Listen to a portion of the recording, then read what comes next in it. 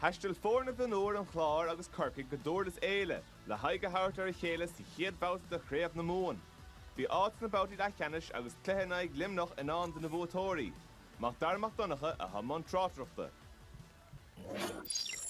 Maidir Corca, 3 club déag ar fad, atá gist ach a siúd, go leor cainte faoi Ben O'Connor lechúlaí leir, faoi Ben Nahan agus faoi go háirí faoi Jack Leahy an lán tosach, go leor cainte faoi siúd. Riffe seo.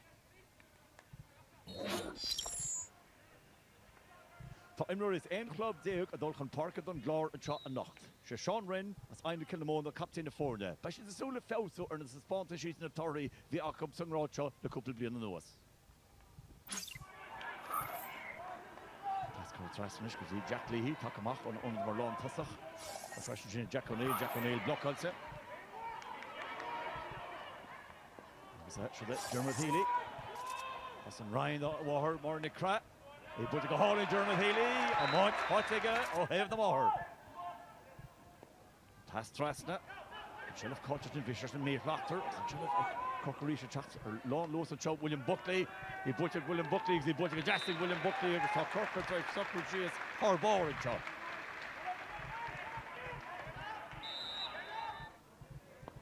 Schlassa a reached. Draw Willie Schlassa and Chennis and Shell of Fatcherash. He finished and Cloud Chaftanish. I was so that James Organ because he butchered James Organs and Kate scoring number at the glory.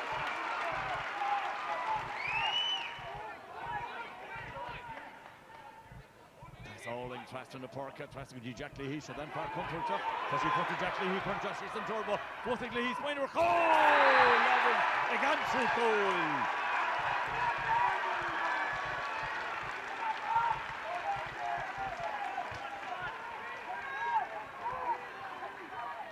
Blue Charles lads and Clark, Puck Slasta Alling, Traston the Park, and Ben O'Connor. Fosig Ben Wild, Kerry Irti Ordo, Tasha Gary, Hossentori and Lord, Tashi Fosage, Kagorsha Casper, Passer, yes, Josh Chancer, calling Jack Leahy, no, God, Sarah, Curtis Jockey, Jack Leahy, Kincaid, and stopping the goal bar, Leahy, Ray, and he's Jules back.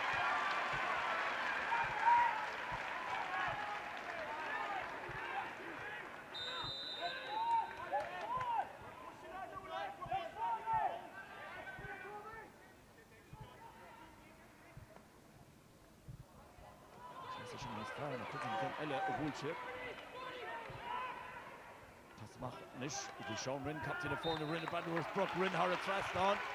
Row all knock upon the score machine on Glora top.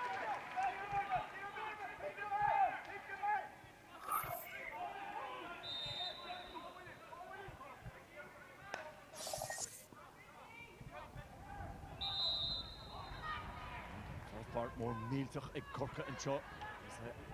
The Jackard and Glore, Dr. Rash and Jock, Shell took a while, they fought to Rashing, William Buckley and Passeroy. The Dermot Healy, or a Gleehon, Coultralta, Bulldog Hauling a Healy, score a leg it.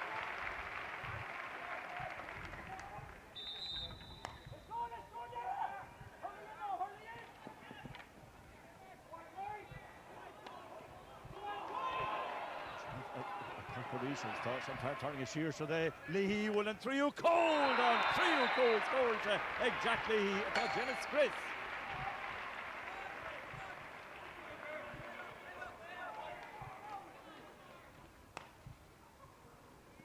Drochi here than Glor. He was the Horkish and Harvians Orenta. Minor the chop.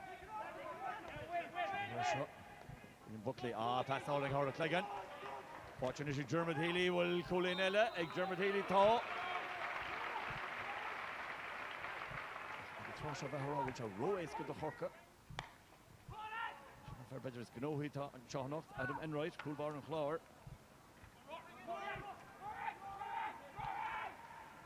Corporations and past Trask with William Buckley. In you give Versha Club Lord Talon Tashi Fos again, Chancellor Colin and Ish, August Tokuga, Snuff, Jinnig William Buckley.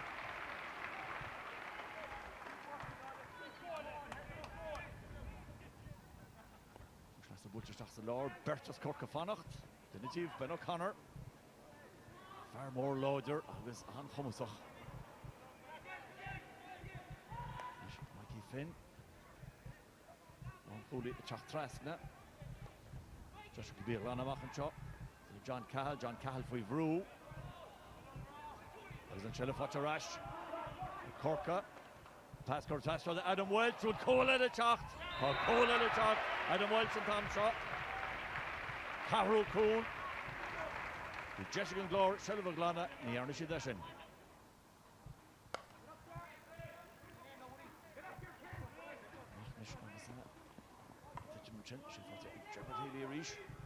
Garishach her goal. Shahanu Trasta, Feckentul Chachan pass the horse before Egget. Lush Brancha Trasta. Pass Glow to O'Haley. We'll call it a chat. Adam Welch on Dara Cole Legason. After him pass her board of Fod on your Medini.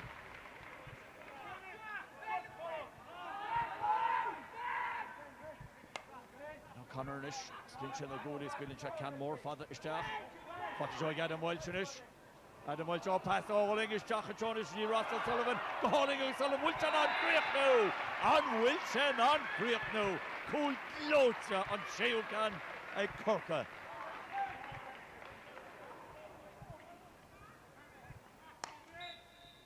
Nado Gernok Shea August Slog Denta and Corka Shaw. Shea fix the hook. Le Nord de Shea. Poor Carroll Cooling.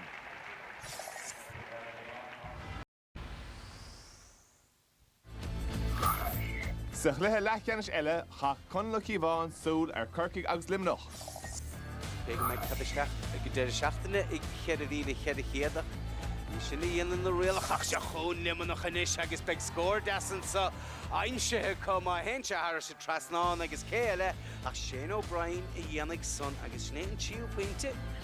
Go gone of Limonade and out fish, I shoot, Fayish, Lesh and Eric, Marby Sorolish, Browniach, Erferen. Sorfer in the Bliana, Fiacharsin Mar Ragranson, Agus Deshiga Horkig is Bishros to go to Boda, Tosh had the Queen of Show, Agus the other third fence broke, Agus Ishin Butchista, Agus says Shaw not giving the Corky Dine chair, Marnora time road, and there was Jack Lee here got Tosh able to score no Crow. Agus Barna, Pointe in the four Nachwell and Barna son mere the Macharish, Agus Shofar, Hagimert no taller Fathers no Corky Gilesh. Hosna Shanklo the Horkig, Hagasish, the Edvard Limonach, Achanish Jack Lee here to Favorde, Agus Hambo, the Fachtige Jack Lee. It could be a Limonach for Hosnig Placer, Niba Pooler. Ach, Ma Shat, Hosna Corky Gestach on the session, what Stachenson, it John the Carnoige.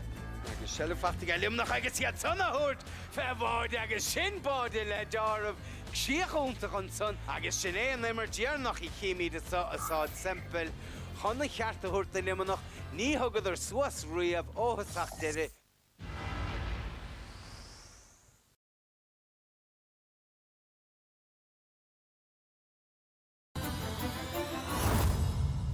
Colm Cunning ó chan é Entrama an the réiteoir an Sotranona Hashema le co-captain Chorgration Ben O'Connor agus captain na Gaillimh Diarmaid Davran tá cahabh Euro buirte ag Corcaigh agus is cosúil go nimró siad le cabhair na gaotha an San Chéile. Carcolóir se chuid na fórnanis tá siad ag Brian Tyres.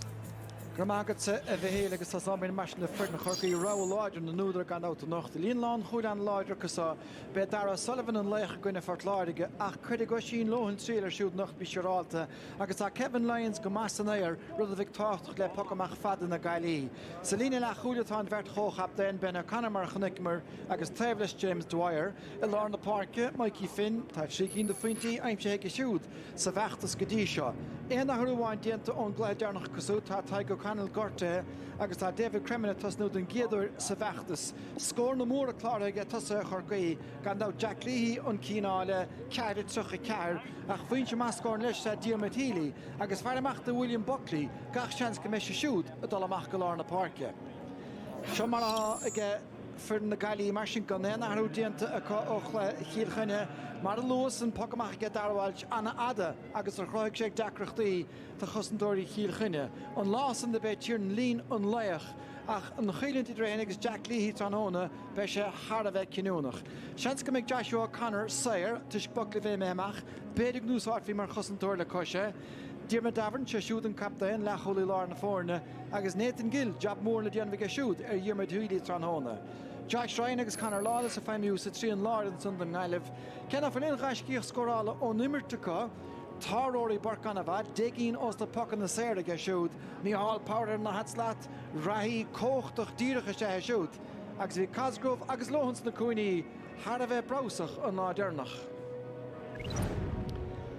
Sneert de voorne Martian, agus Marikintje Brenny gebouwd, agus ta scrauwe a tachone dierhen, en zo fechaun Tamerleen, agus Shinmarathon Aimshire dan Reishe, do hebben live klei en zo zich lap, agus kegraf deale nisi hier o hoe ik zit hier taskum tranone, canne voor je, het agwin on a louter shikair, en zo tranone, agus bechakemach shet trim kudvaden glohe, ach go.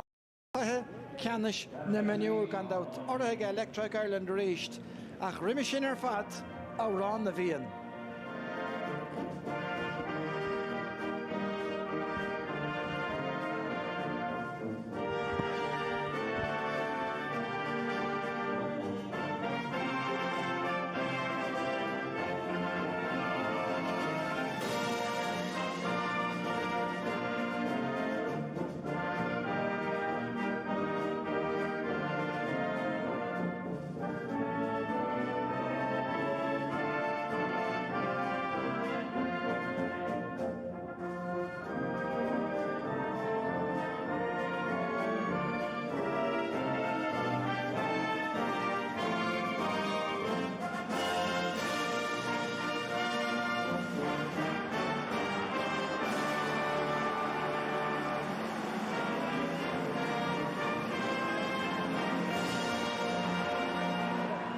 Shawish lá na Kidúna take don dá bhehel imiróí seo agus beg torastáúil gunn slíháinú sléile a muthig Corcaigh den géadúir le scór bliain nó an muthig an ghaileh an cúdú craibh ile éans na minúir as a chéile neosta an Aimshire ó entrim se colm conning trosfada a drúig i gceisiút tránhána chuna bheithna réiteir an sa agus well tag a chéine Olaf so an tochtú bouta cá gimirtach le canis ceiricín buirteige Corcaigh trícín buirteige gáibh ceann dearnach mar a chunig go bhfuir cheirm líana an ghaileh chríochna an uachtain san tá stitre caitisteach agus an ghaileh triste gansathe a ghathú go dtí na gansathe bána mar íon Corcaigh fí fethe an son an dhéile agus an chiad ceannaisteach an son agus buirte go maithe Joshua ó Conor agus chuig son an bheisneach go dó ar chin bhar an son Táchtach don ghaileh mar a dúirt an bainisteoir fannachtach lethe sna neomatí lóthasa. Seoltaisteach an son nach tóca leis ag Ben ó Conor fear chuman bar an éfa agus fach mór gríomhfir. Ruthar má lána páirce suas a ceisiúd, seo chuine leis an sa fin an ceann san seoltaisteach ar hebh na láimh deise agus ar fóréil tá Pat Fleury tafliamsa tá sé tosna go má Pat. Tá sé tosna go má an ceart ar fad agat a bhríon agus cadé mar ruthar an sin. Ben O'Connor agus críochnaigh sé le cailúntan sin an céad ceann imethe ar stréúthe. Cór na gaotha mar sin ag Corcaigh an sa chiad le Bertrán Ghaileh Gaidí an áde. Níl ar bhana chumarsáid Harmála Berta an Bátasan ach tá sé butearnais cecolóir déanta go maithe Joshua Ryan mac le éana gan dáta bhíoch leis an Ghaileh an ceannsa ag Cosgrove ón Glíhána má fé scáin teastáin Trastan Bháide ceann an taobh mú. Lán tosaí na Gaillimhe éis bogamach hart ar náir na parca na mar sin. Maríonn seancla a dearnach níos mar sin William Buckley ach tá son leis ar fóréil mar sin tá an dá ardens go peach go má sna neomatí lótha. Well caifimid tuiscin go bhfuil siad an óg fáil agus tá siad ag géirí socrú síos agus tá cinnte go méid archaibh na detere. Dar a bhailt gan náta teing bháin a hosta an son go ceaniste bliana sa caite le dearnas lecha an nusan son ag Timmy Wilk ón Gómh de Corcaigh ón Bólin i se a bhaintir ach bheith séidir go bhí sé mlíana neidir me sé ríiste go an bhblionte chuid seoltaisteach a míle bháide agus tá deacrachtaíon agus chalíos céilteige Kevin Lyons. Ó sin loan tá íirteige ach tá na lá chum aige. Se bhí sé láidir go leir chun brethir an gceann son agus caiise tapí go leir leis fechar sin a réig leis agus níorlaigh Kevin Lyons lán cholí Corcaigh dó dul a réig agus bhí an chalíos sa léir go leir agus seans éasca go leir in isise Gaillimh chun an chéad scór a chur ar clár na scór trónána. Agus ní bheith géint deacracht Geróí Burke sin fear órán mór meáirí Macle Richie gan out the visa hul the Niliv trod ar avegs began farsa richteka on vlien shachuin. Marsin and head vulle bolte egen Niliv. Pokamach dire hanosen son Van Nyen. Trust in the park, Shachun Nation Tarna Fowler Park, Killian Tobin. Ach well, Bishin Selair Gomahan son. Well, Shagiri Vedder of Yogan in Ross Martalte, Ach, near Abrigan Count Shinamach, Rovado, Agasfi, Kahava Vion. Slegmin Chef Friday, Joe Canning Nugamir, Ta Joe Mehe is Boelach, Tana Skill the Sud, Geshin. Ach Penny, 3 moment agus 4 second on Green, Cheshi Hain, and Nochten saw, for Tam Semple, Stachajo Lowen, agus Samuel Gabel Lions, attacker again Cork, showed the Machen Gente Gomaga, agus Yada Brew Trace the Linte, talking Trossa get Jermut Healy, Fairly School, he had voted on the Fishkint Yermada. Hele Cork Kuragaga Shachun Buckley, Reistach and Hukal and son, well, Lahu Kailach, Kurachta, Wille Buckley. Agus tá trícín for Iliga Corkiginish. Sean Carter Fadagar Kurshed of Willishin and Rud is more a rare glacier of Agus Murdorto and 3 Kian Corher Streacha. Well, the Brian Hanley a gale of Ebre of Achnis Dane and Amarvin Law Dernach Agus Ledin Sheshin is Stolum Gulche a Holige Gudisa Peskile.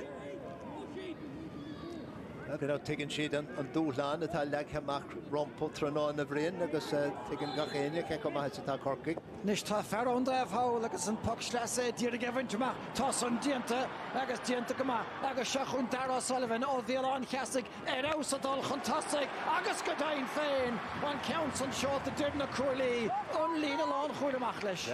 Kademar score and Shin, Inspirager, and Fochel. Is fair con Corsius a yen ever score machine Teresh done the lads the trícín the Yeshina a chur stray. Well, Tasha Savrayan again the Voiga Ahar John Crave Airden Manure and I don't know a cool Corkig Agus and Antine Leshimer Ta Huikin the Creve Comogich the Butchka showed. Marshina Taraka's Dach Dassish and the Yishkin and Son again Ben Nyan. Force a stick. The Cossantori Fevru and Sa Tarpi a Fev Tiernan Lean.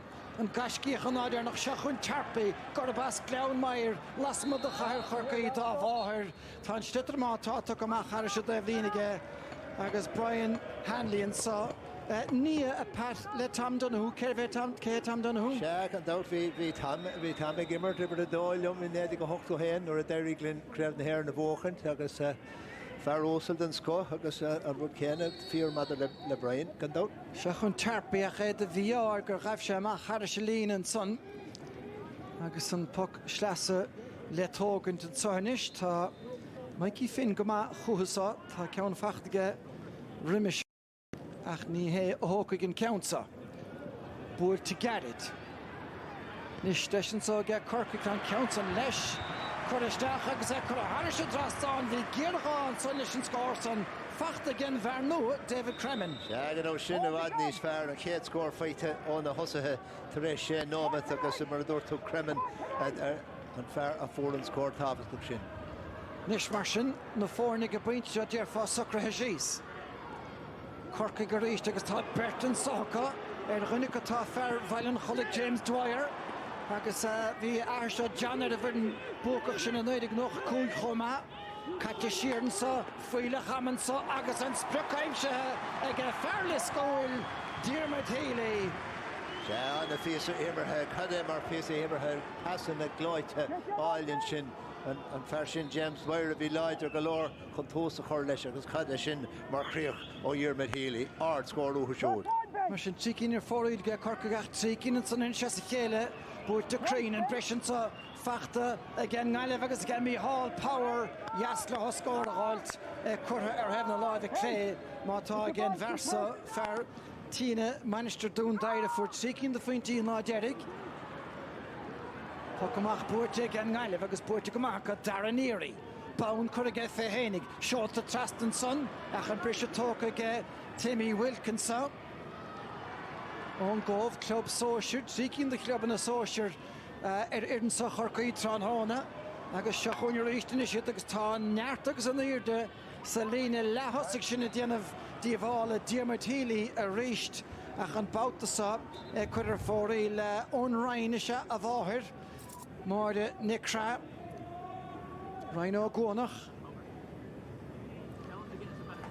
Mar écinn sibin sin ceiricín de cheantainna caiilte ag Cork go dtí seo ach iad fós chun tosaigh trína go héan. Annach ceann gaffan son a get darn seach na sí san éir. Nis mar sin an council gaffan tá bhfuil agus de cualaí trí cíine inis ar fóraí ag an ngáileh.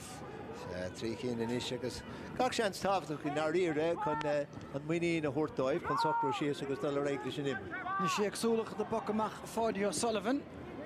Ach an council arda leis go tarpaí ach níamh an passion harmála berta.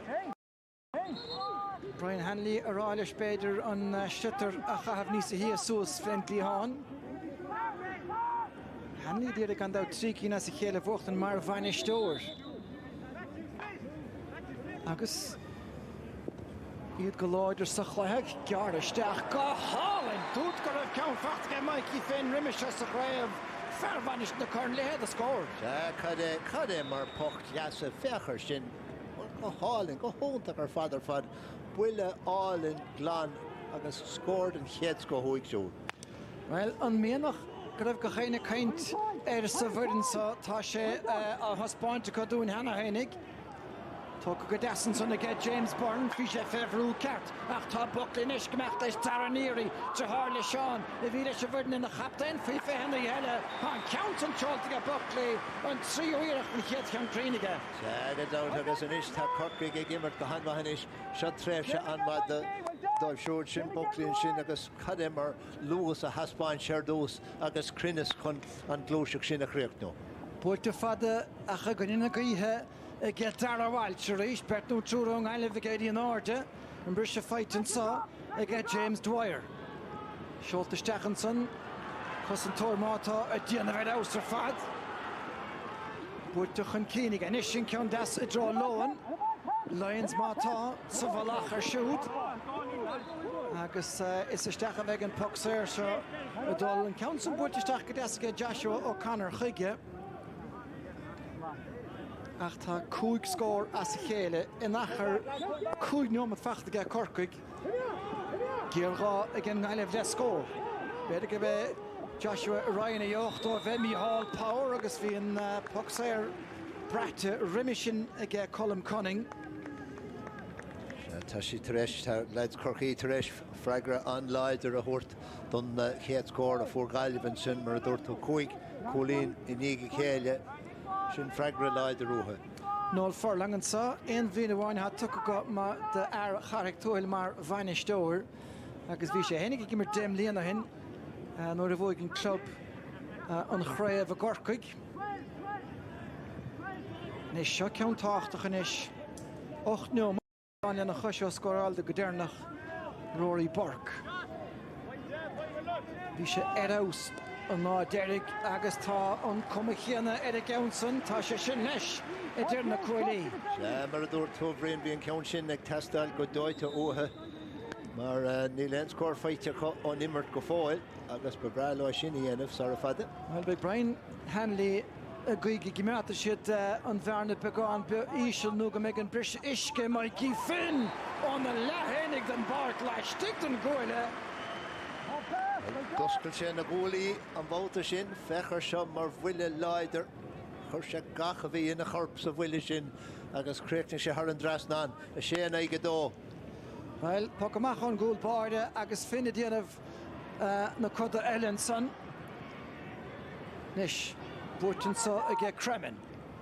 Slachta go deasta ngáileh mátá gé Dylan Dunn fear go a chláirín.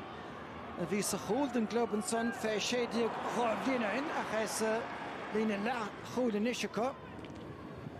Ceann búirte I dro Buckley buig an slitar an rásan. Nis tam cinnte gribh cé ngáileh gach Buckley féimús I trí an láir ach tá sír sin na páirce feachtaige. Cés a gadíochta anna chliiste ar fad an son.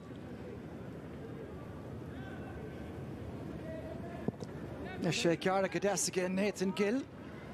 Fer chuirt inse gúir agus a réist Micheál Power a teachtasteach go deasa sin gafa timpeall an son Bhean O'Connor agus é seolta Harris a drastáin tá Power Harbheith cumasach nuair a hen sé ruthar. Tá an dá sin an chéad scór ó Nimmert ó na Galway an sin Micheál Power a fuair agus feartá Harbheith crín de gná agus deirí leis an bhóch ar ón an son freisin. Tóca go háling an sanna ag Cillian Tobin a réist ón bocamach crín díireach Derna Corley tá an Vetlar Parke tres tícinn de fintí a láthair. Se go dó trí cholín ó na Furlar Parker cadam ar gramú ar dús bar leidir is se Tobin agus cad sin mar crinne úig ard scóú siúd. Se fer ánathe na bríide an tarna pointige sa bheachtas nes pocan amach Cork is fear a hard déanamh in tríon da go hénig búte ag an Gaillimh agus é réist Bhean O'Connor a dul sa Tenson son. Fer mór rugby se he siúd leis agus beag locht Corcaí locht amána a gí go bhana sé leis an slittar seachas an ní roid uffroch se chun an látas inis Jack Leahy agus is bhfuil Leahy luúte néchar a gin godí seo. Se in ar irin ní ach gan slittar in Gheoracht dó rih seo gan dát ach deirí leis brethir an Gceann son agus feiban a chrathúd a chosantóirí na Galway agus srícing se le buile séir dóibh. Agus gan dát seansan is ag é féin chun a chéad scór a áil tróna.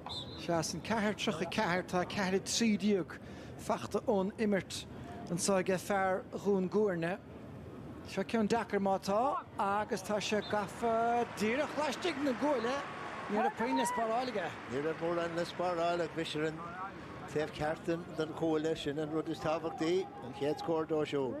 Nis tránán álainn nach beidir grothach san raon deacreachtaí de gharabhailte agus a láimhós ciúna thuúlaige ceannas fuide. Leistigh de lína chuig féidir a stad Corcaíocht tócan son agus tóca go maith ag Mikey Finn Prúteach an cínig an Gaillimh Darren Neary a córa son nach feiran na de Corcaíochas a bheith a cúigar nó seisirán agus ní a bhein takeíocht ag Nearycht tá se facht ge Cosgrove-nis.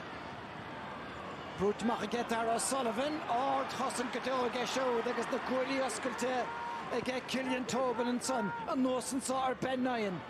Bris a fachta mátá ag Tarpey. Count san dáilte go maith ag Dylan Dunn a gháil chun cín tá sé túd fé scór an sa ard scór ag fearfáid a chláirín. Se cad sin mar scór inspiráid a go ríis an sin an lecholaí ar dhéis an sin Dylan Dunn bhí sé cróga go leor chun tóir faoin Gceann son agus deirí leis an sprocha imsú ard scór. Well, chuig nómatí goile caite. Dúpil scór na niseach tá hílí a déanamh díalann son sa trí an láir sin ní léana teanna cháin ar siúd agus painteil an son aige. Se cad é mar scór ríis tá rudaí socrathe sios go maithan seo níos agus sin scór an céad scór freisin agus muide tridim I dro an sosisce sin an sosisce take an son. Sin fear a scóráil an pointe dénach an son agus híar d lína tá Jamie Wall ní fláinú tanú sásta. Cá go bhfuil ach rudatá simú agus maras gan óid Corcaigh tá cosantóir sa bhreisnú scúbadóir nó an éonfocail bhile a chuir tá sé sin á úsáideigh Corcaigh tá Bhean O'Connor ag immert sa póca agus tá Mikey Finn ag immert ag leanúnt Micheál Power ag an taobh eile an sin tá Matthew Tarpey ag immert os cór Jack Leahy agus Ón O'Leary ach tá William Buckley tá tíir sin na Parcaigh William Buckley amach mar is dócha fear lár parca agus cé go bhfuil sé anamnathe ag ihar a cuaig jog tá sé gimmert i lár na parca agus tá sé ag fuair na scórna de Corcaigh agus tá anna buint le sin ag Corcaigh agus an taobh eile tá bhad níos mó imróirí ar taobh an parc de Corcaigh agus tá sé a bhad níos oscailt ag an taobh eile agus is é sin an príomhfá go bhfuil na scórna ag teacht a bhrádró éasca de Corcaigh ag taobh eile den parc. Mar dar Jamie, tá si de techt réasúnta fristeartha an cearcailóir gan a gháithán an nimmert ag fearn bhrain Hanley agus nóil farlang an sa a chur cóir leir bhí sé seo na bhainisteoir Russell Rovers a chail cluthe ceannis na héan an son na gine cheamróga chonacha na míanaar na bliana fithe mar sin tá fis a ghnóige.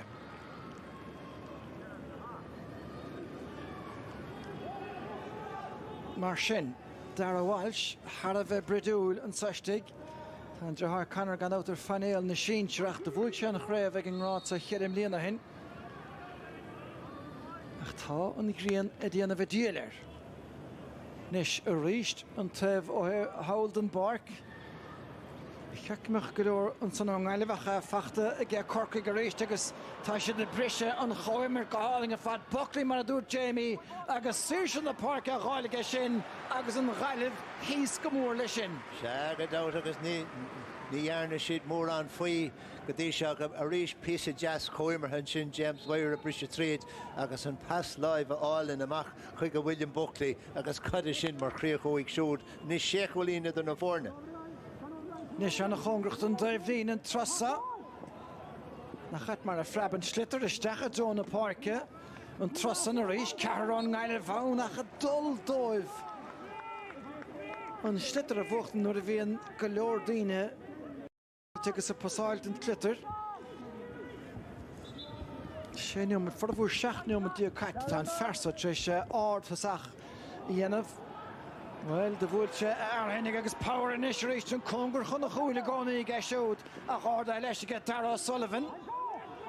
Se chun Buckley a réist tá imirt a ní go deaslen na chéile cá Ben O'Connor saoil sa chúna Jack Lee agus tá Tiernan Lean ach a Irene Lean fnacht idir éigs an slitter.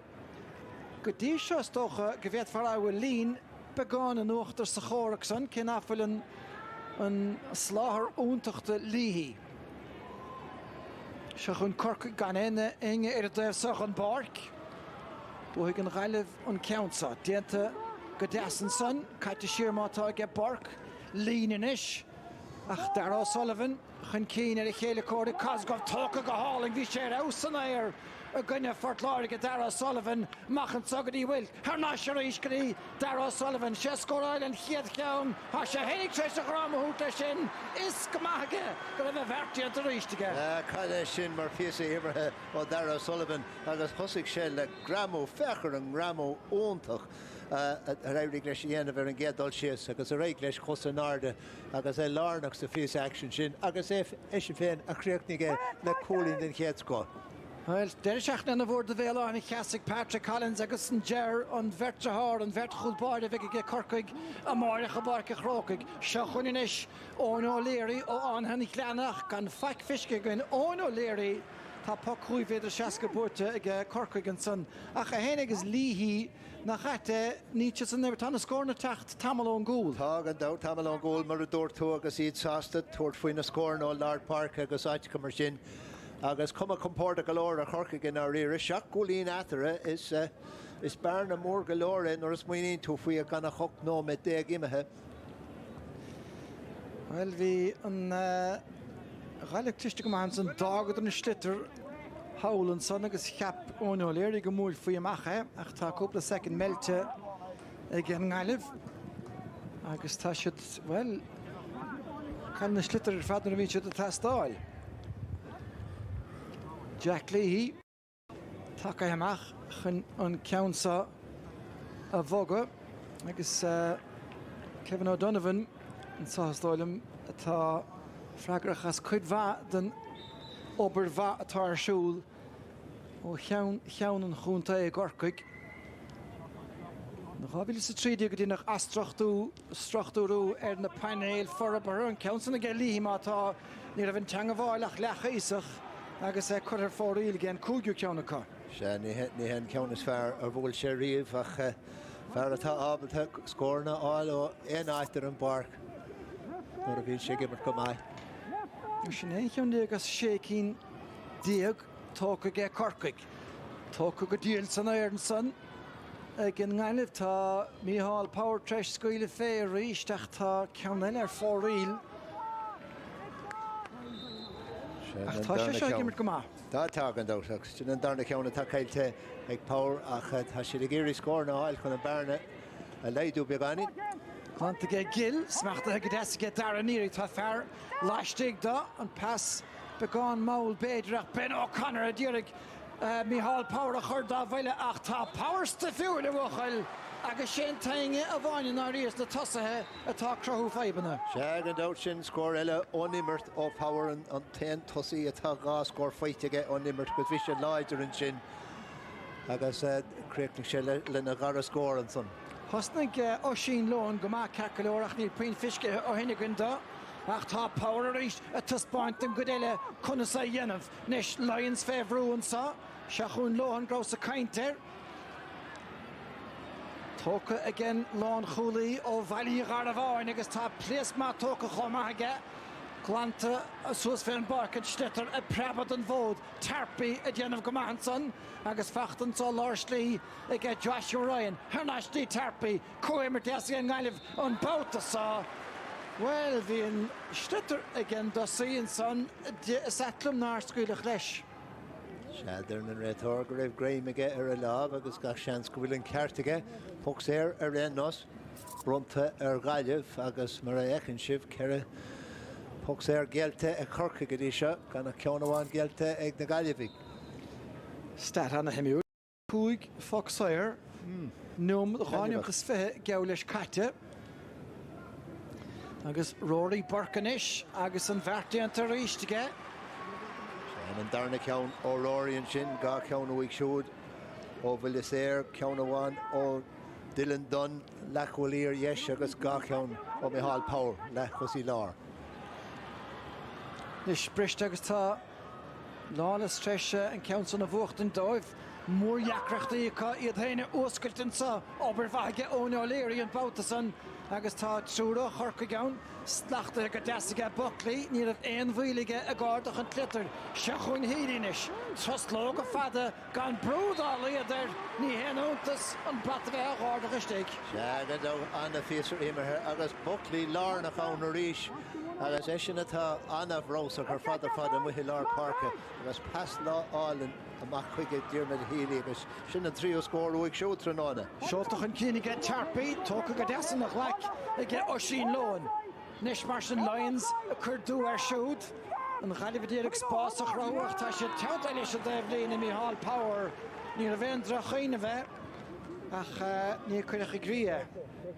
Seagad ceannig sé thar an tablíine agus tugann sé deiste chorca ganis ónsaí eile a cheála ón áit sin ar an bar. Mikey Finta drafúlas clóda le menúr chorcaí sa chamógaíocht.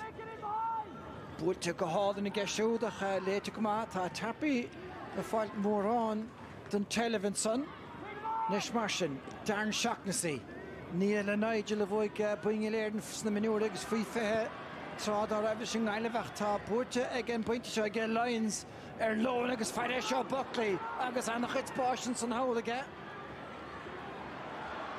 Dulda an chiadú tarpaí teachtasteach taríar capta sin fersa ach tóca leis ag fear ánhanna cléadaí Ben Nain an san buntacha súd mátá agus sportach san beidir an ghailibh chuireach an cínige Burke ach bhí Ben O'Connor ó chaman Baranaef an son agus corcaig go thuúlacht de teachta amachchan san Calís a bhearlár Parke Mikey Finn. Se tá leds cosúil le Finn agus anna hábhacht ar fad do Corcaig agus iad leidir go leor chun na tackle sin a bhrise nó Puxéir. Líhí take amach Pat Fichar seo gan naing Diarmid Davern an téas congraíá chud é sé seo misneach ar líhí tugach spásta drofatún. Seagad botún ceart an son agus léiríonn sé chu daint séireach is atá led cosúil le líhí nuair a aonn sé deisian mar sin an darna scór uig siúd an chéad ceann an immer. Agus fágann sé 16 de faointíis i dtír na fórne.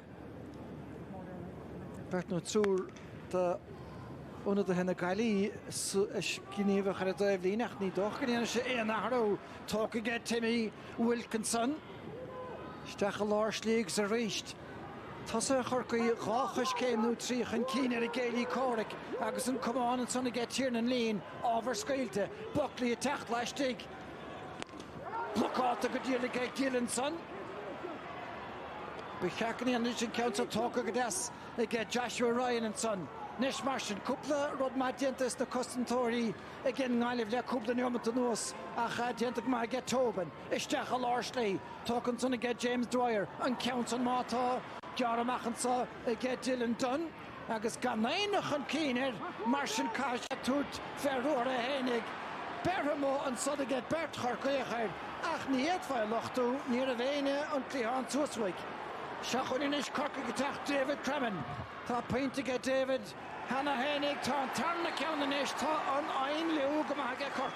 Tá Cork go crothúga hanma her father fad 8 gólín in isidir na fórne chuir siad an brúin sin ar dús ar Dylan Dunn Deirig Law an slitter a bhainte agus cada sin mar Lewis an sin ó David Kremen agus cada sin mar chríochóig siúd mar a dúirtú an dar a scóróig tróna. Anna Chrinnes Gadjo, ach maid le Hobber not gemeen Bannisteir fada fiechan level, tá sé resún to Corman son, maid le hashtrathe Shelleve, ach tá, well, Corcaíoch Gorta agus chauffeur a bhí Gominic ar fáic na himar a Noel McCarthy and so.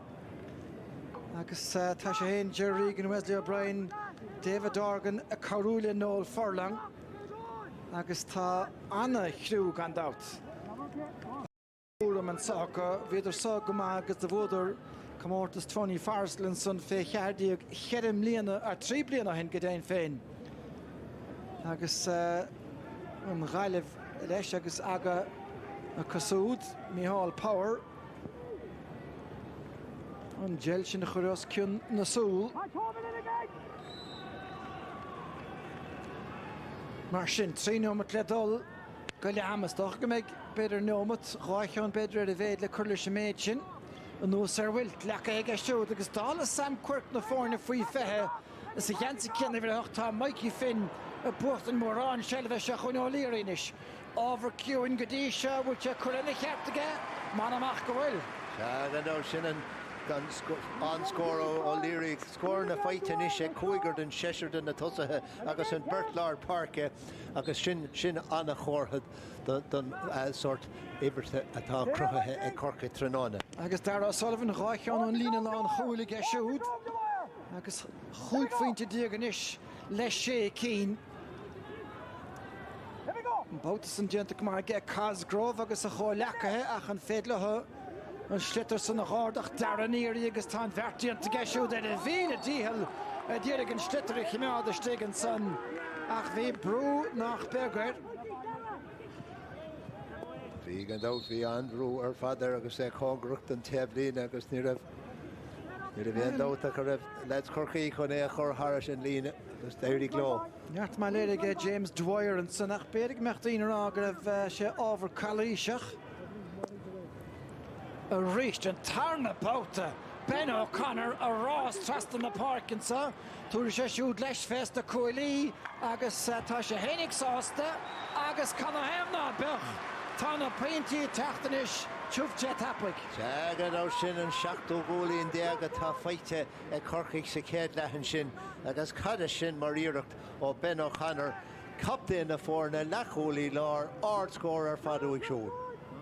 Well, fuair sé cool a gléith canis Tony Farsland san 3 bliana hin an cléith grás a tagarta ach tá sé neadaisteach mar lecholaí láir is agus na chuínú ar Chiarán Joyce a bhí leis an bhfuin faoi fethe agus tá na bheas leis Conor seo nes seoltach an cíine gan Gailev tóg an trosa ag Cosgrove tá fear leistigh da Dara Sullivan á bhrúach Cosgrove agus well nílim siúráilta cad a bhí geistin son aige an íocht ar scór nó pointe bhí ann ach bhí sé lecht péine. sé bhfuil sé go donna é ná riamh beag díma ar leis an íireach sin mar tá Cosgrove go mar thosaí. A rééis tá éidir beáin scailte sa trí an láir ach buigh Diarmaid Davern an countsa fear bhcuilinn agus capta in na fórne ach a rééis tá an obairige tosa a Corcaí le molla níis dianta ar ausige dun ná diant féin thuáilir ó sin Lohan ach bhí Lions a rééis de chuir brú ar siúd níos má tá botún dianta san fachtaige Lohan ach éon slí a rún painte tá Corcaí riime semach agus deire hir an slitter is sciúrada chamáin agus aber cremen sin muín fórne. Gan dát bit agus rinne gaile go maith dús chun stoppa chur le benna chanaracha dúmpaigh leid Corcaíonn sin agus chuir siad brú amateur leid na galí agus fuór siad puc leasú. Nes mar sin feachta ggé seach na sí agus builte rúpa a bhaise agus anna faointe go dó. Anna faointe go deáin sin ó dearan seach na sí cad mar chríne sa hespáinte agus muid congra go leir de le hama nóméid go le fácan sin a chard scór ó dearan an son. Se gáineomad fógarthe an ghaileh teachtarí seansan sa ggé lálas builte fé jaige hí an blocáile teachtasteach agus táhhara ní ra bhaníocht fada glóir se chun bhfuilcinis. Lascáilta gas siú de dro líhí agus ó líri brise tóca ggé Nathan Gill. Caite go láir na páirci ggé siúd nis betar a dhéobhsa an sitar treis iad a bhainteach. Tóca ggé lálas lín ceann dearnach beagán Garrett Hassan tóiste isteach a Joe Lohan a Kevin Lyons is seasamh an óid an son. Se chun Dara O'Sullivan Council builte beagán fadaige agus Tarpey an son Joshua O'Connor las mucha. Tucha second fáca dá bhíoach an ghailibh scóra le gáil chuireach sé misneach éigen deartha ach tá anchar amach san ggé Corcaigh Ben O'Connor agus in Council meheachta Rím an Chosantóra nó do Rím chamáin an Chosantóra Nathan Gill agus Diarmid Healy a Golavú. Couple of blinden bhí Liam O'Shea ó le scúil i gimmert le menúr Corcaigh. Go réon féinna gcuine na galí cheirm bliana hin. Ná dhéon Jack Canning an bheart leis an dá chúil úntacha san. Mar sin beidir Action Derrick an chiad lethe gearisteach ggé Mikey Finn. Tóca ggé Conor Lawless. Agus go leor fisce gan réitheorann sa agus taspáantas a bhí anamach a farrá ggé Corcaigh sa chiad le an son dreiman ar bhairte ggé ngáile bhar a gluimeá tá mór jaacrachtaí acu ach well tá Jack Lee ciúin go dtí seo na scór na teachtáin dríon láid an gcuid is mó seo mar hasanse náidir sé díag go ggé Corcaigh náidir seachta ggé ngáile agus an líis in dhéag na bhóg rísa.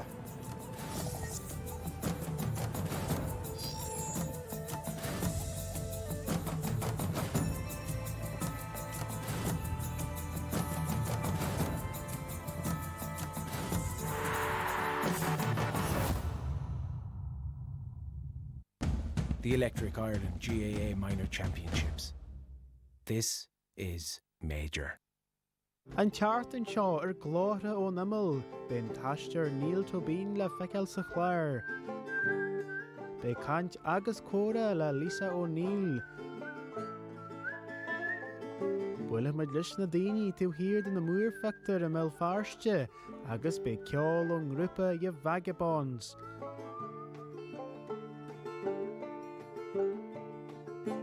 Went to bed, but she got in my head. Watching and waiting as our usual way of life was put on pause. Missing out on so much, but always ready to give back to our communities and never giving up. But now is not about looking back. Let's look forward with hope and make every moment a major one. The Electric Ireland GAA Minor Championships. This is major.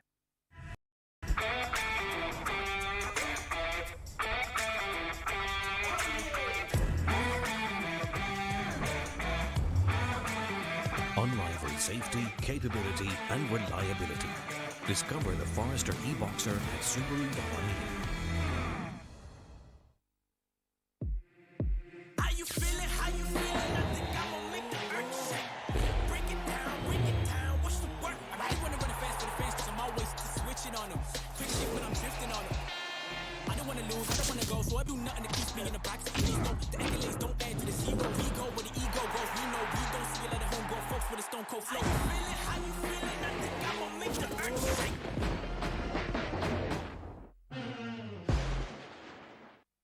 I don't know where you are, but what I do have is a very particular set of skills. Skulls I have acquired over a very long career. And I will find you. And He's talking to the fish. He's talking to himself. He's talking to the fish. When it comes to finding a great quality fish, we never quit. Donegal Catch, we're all about the fish. How do I put it? Connection. The answer to all life's important questions. Questions like, Who's gonna clean this up? look at that little fella go. Connection can keep this cool. And that hot. It'll help you keep this alive. And that unshoot. Drop it. Connection will let you play music here, here, and here. What about here? Yeah, of course. Connection's the answer. Discover a world of connected products at a 3-store today for a better connected life.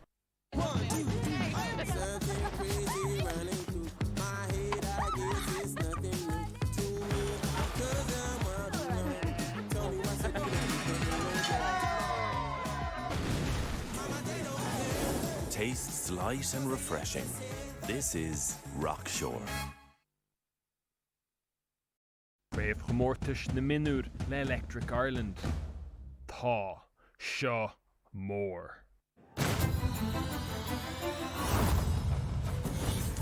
Fáilte ras so ihe de loan GAA fehe hen be cléthe canis na seintre going ó amárach an cléthe canis fé fehe a bhí níos lutha agus an dách lethe lechanis le éireann I gréibh na minúr I bell a bhí arsúil níos lutha tránón in jobh agus ar gléthe an uirlas tránóna so ard action agus singed bogach an deire na críomha GAA fehe hen ach an son fechar sin mar scór sé cholín déag an éon lehamháin aimsethe ag Cork go dréibh se trocha nómad agus na scórálathe go léireann son is dúlam néonar fad a fuair scóran na Jamie tá Corcaigh aus fad nach bhfuil sa chéad le. Cinnte go agus Ryan scórna, tá na scórna fáil ó gacáid Dara Sullivan an seo ag tacht gon céad scór de Corcaigh agus tá sé go leor compórlach ar an líród cé gur lán coolí ar sé dimríonn sé amach sa forc le na club féin agus féchar seo an puck amach garad amach go Dara Sullivan a ríis amach go Mikey Finn agus an scór ó Lorna Parka agus tá scór eile gin ó Dara Sullivan freisin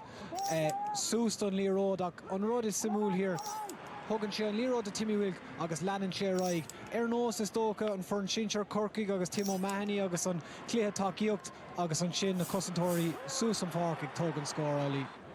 Fragran na Gaillimh a Cathal.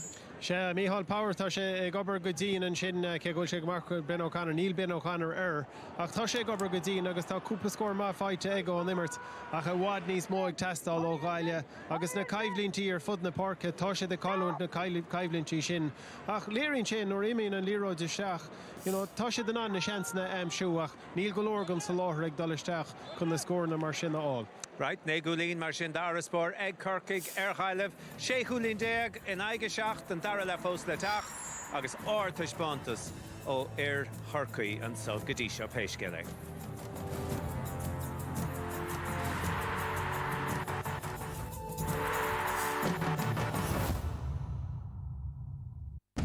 The Electric Ireland GAA Minor Championships.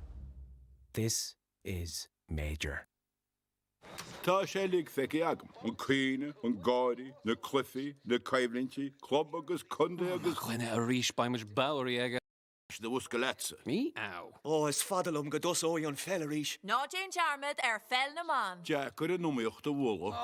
Fechan is ag ligan skill ar hen. Socraigh síos a fáistí agus feici ar an gléthe. Bhí Linda na chluichí gailthe ar fád idir GAA agus Pelnaman an seo ar TG Cethair. Sú leile.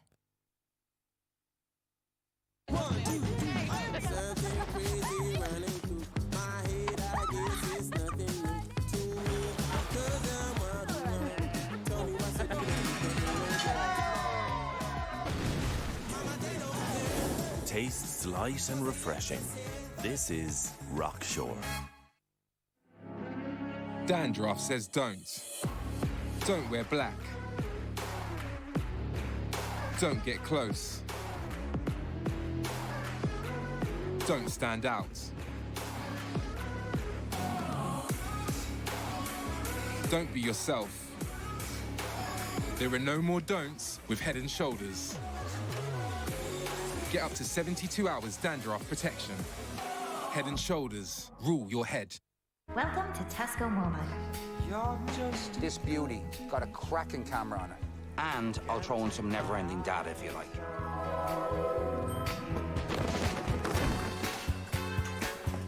So that's one brand new smartphone for you and 99% coverage for your calls, texts and data. And why not add our new €15 family plan, which gives each family plan member never-ending data. And you'll only get one bill. This is Supermarket Mobile. Tesco Mobile. Every little helps.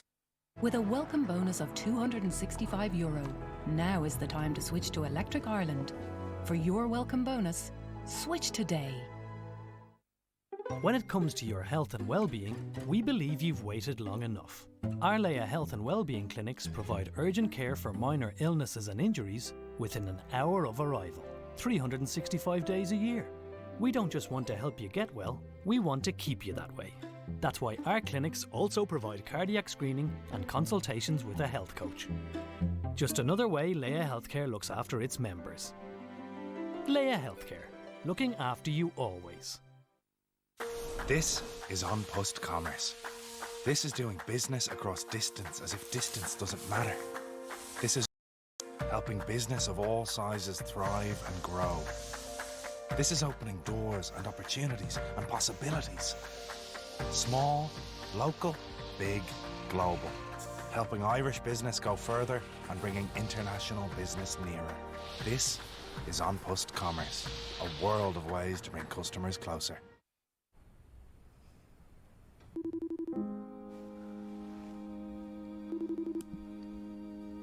Hey. Hey, I just wanted to ask. Yes!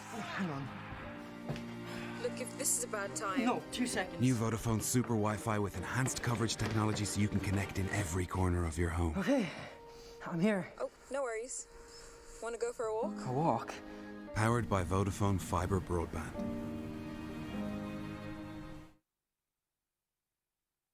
Brave Gemortish na Minúr le Electric Ireland. Tá seo mór. Carcalor, well, and der seachtain is going be cléthe canis na minúr na pelle a going díomh treis na bhuana na mí agus híróin trónú na nniuh tar siad san aigeir i chéile i borc an chrócaigh be mi der air des airing ige leathuair treis a dó dhéag. Agus an son an lád ar gean be cléthe canis chorcaí a going i bell ach legan fehe atá an le glan Varacáin agus réanathe nímó a casa ar i chéile ar air i borcaí chlíomh ag ceathrú chun a trí. Se simúil nar chuig for an chorcaíisteach a réchar tá si danad ar amó don tréimh si dénómat ar fád, tá míid fósta fannacht ar chaileh le teachtamach an dara le. Cá míid súil mar sin ar reintas na statisticí a bhí going ón géad lehan son, agus níos mód an telebh Corcaigh mar a cheapá 55 in ag 15 agus na pocanna amach híos an íochttar an son. Tá deacreachtaí mór a cathal ag gaiileh leis na pocanna amach fada ní le 5 as fethe héan búirte go. Caiisi dul garad na gaig? Well, caiisi dul garad agus ní si dul garid ach úr amháin agus léironn sé sin is tócha tá an lína le thosaigh Corcaigh Harad a láidir mar tá feici agan sa céad le Healy 9 agus Cremen ó híomh na scórna, so beidir go bhfuil faitias orthú ribh sin a caiisiid féú is tócha leis a boc amach ag ar híomh na gaiileh. Áráid bhfuil tá gaiileh treis a bheith an uachtar suchamórtas seo le ceireh líana nuas agus tá graimen ar bháitecha ar a gorann seo ach tá si go mór i mhail an tróna nniuh. Úlín déag ag Corcaigh seaúlín ag gaiileh agus a bhríon mirúilte testála ar an íorthir istóla. Well, chléimeáníocht níl feicbúitin nó go minic brachar a bort mar a deir siad ach tá leabhar le dul an sa Corcaigh mar a bhí nó an ghaileh mar a bhí agus tá dírecha cinú tá athúháin dianta ge Corcaigh Carcalor agus tá idir fédó teachchateach tá seanar bhaiditá gáin ó léirí bloáilta ge tíirnan lín neadidir a bhisige Cenchad da chorpaí in a bhetan sanach tá Adam Walshawn in a bríide tucaisteach ge Corcaigh agus tá Ben Nyan buinte amach sin an tarú tá dianta ag nóil farlang ach bhí anna hansar chúlan sanna capás. Bhí an dás agus ar fechar seo chaise go handtapig ar fada aró gláidir chaise go handtapig agus bhfuil sé go láidir ag go bhfuil sé gcuine chamáin an lán cholíonn sin agus bin rudmad an a gailibig mas rud ag a réirí le Corcaigh cóla áil cho luas sin sa dara le well ní deach ortha bheith ánach seansan is a chu agus seansa Jack Leahy chun na scór áil agus é sin déan. Se tá méid sin déantaige níon tunnach an tarn na scór ó fogsair aige Corcaig sa chluthe agus chafán na cosantóirí a bhla sa méid sin béidir ach fágan sé déginn de faoin teatra danscéil Adam Walter hánig isteach fuair sé siúd a chúl mar onadaí i gcuine na chláir mar sin tá bail a buint le siúd chomá.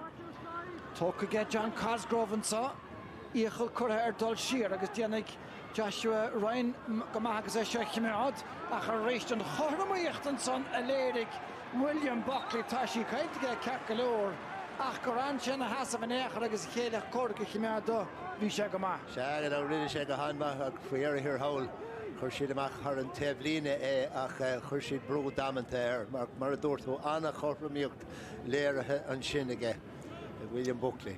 Brian Hanley, níl cagéiltige siúd ná bailir. Bhí sé hénig arás mar imróir le bleán riocht an ceansan búltaige Rory Burke agus a búlta ar fórílige. Mar sin an ghrian a gíslú léhan san i dro ír na spéire. Is docha gur fíorrá gúil cúl lua a tastáile an gáile sa. Táile gan ceanna chéileach Harpy. Déanta go deasa siúd plúcha dhéanamh go Corca gur a dríon láir agus a rééis saola John taobhlíne se chun gríomh ó sin lónach be gin nach páire tá sin a rásansa é hénig agus Ben O'Connor bhfuil mar a deirsiúd éanúd mór a sethe agus de bheith páir is measa a tháinig a sun. Trastansa James Dwyer. Ceansan, well, ní dóilm gur bé Adam Walton sprucach seo chun Dara Sullivan a rééis tá fersa céacra chun na pointí. Tóca ge Buckley, gile dírig siúd chiimiad ó choras. Orda heisteach aige sin. Tócan sa ge óna O'Leary isteachan sa gurí Craman agus an chiad chól fachtaige Corcaig. Fightaige David Craman agus a bhfuil déile sin is mar chóir. Ja, sin an scór fíor cinún a fíor hábhachtach agus cad sin mar feasáilinn a fór Craman an sin agus ní bhecha torabháin le deis mar sin cúil den chéad sco a níos bearna mór idir na fór na chaimse rá cúil agus de gúlín atara. Thosa sé sin na fad le imirtá na jasaige Adam Walsh a bhfuil takeíoch an parke agus go chéine a túirt pass nuair a bhí sé le túirt seo chun Diarmuid Healy. Tucha in nósan sanna ge Óna O'Leary ach an ceann san búte an sá agus é seolta cho fada le Joshua Ryan. Gafa leistigh de Cillian Tobin sin ceann deasanis agus seo chuin Darren Shaughnessy. Gafa siar agus tá sé gafa trast an chúil agus ní leon scóil an son den ngáile bheits bailach. Se bhí ceanna testáil go dóite óthe tá sé bhíonn sé gáinní fíorhabhart a scóra áil tréisteart cúil i ggéile ach hepar gáilibh an bóta san. Rís Nathan Gill agus beirach an móthir leistíir de fear a chúil David Craman an son. Búirteach an cínig Mikey Finn. Buckley. Ceansan dulta isteachach dulta ar hebna láimhe deise tá sé fénig treis rap a gáiltin son ó gnéigint ach tá sé cearca leor. Se fear imráir ógatá anna gnóthach tróna agus é taréis anna chuid am a chahabhart ar lár na parca go mai i gimar go mai. Cynnig féblin ó bhfuil Corca ge seo go dearnach se chunin is Rory Burke. Go maithas na poc an na saoire tá sé go mai leis nuair a seans an imirt an chéad sa tarna leachar. Se an chéad sa tarna le agus an trío cholíonn feite Rory Burke taréis dó gá ceann na scóráil na poc an na saoire sa céad le ach an ceann sin Harveh tábhachtach dóibh gan is fecha míid Matthew O'Connor ag teach chun park in nuna Joshua Ryan. Se tá tríon lár smachta ag Corca gan áirí a chuidmha ach sa scór blian sin tá 9 de chréimhacha ag an rád sa búte ag an ngáile bhfuil Corca go dearnacha agus má chun tú blian an 2000 san áirimh tá 10 cá. Joshua O'Connor a réist níor a bhéint spás gan cumán an lósca mar ba bhaid leis go te ge Corca agus anna fasca dó ge Healy trasta go dtí Jack Leahy tíar na lína techt agus nach chat mar a bhíon bhí daoine rá cad dhéanach Corcaig mar amach Jack Leahy sa chluthe níl Preen ach fioch go héna seachtaí chláirithe cá. Dáta héna seachtaí chláirithe có go dtí seo. Go sin an dúirt a banisteoir rí bhré nach raibh siad ag ag bra go hilis go homláán ar réin agus an is an fear eile lár parke immerhead an farc an sin Killian Tobin and sin agus sin Drachortha na riordan nor a chailen to an Bertlar Parke Lual Galore sa Dara Lanson. Nish búlteach á fada is a hána chorpaige Dara Walsh. Mach le Dara Sullivan, lecha henú sa gach geoigan Ghailibh Shelliv tócaige Darren Shaughnessy. Na ríist cosint néta an son ag Corcaig agus an Ferlar Parke sin Mikey Finn a thugann anna chúna ver fad das na cosantóirí agus ní flanútá nóil Furling an sa. Ferry immer pelegs na máníocht sna minúr de Corcaig ní flanútá sé sásta. Nis Ben O'Connor a heligan san trast agus smachta ag a háling ein láimhháin a gomán ag Buckley.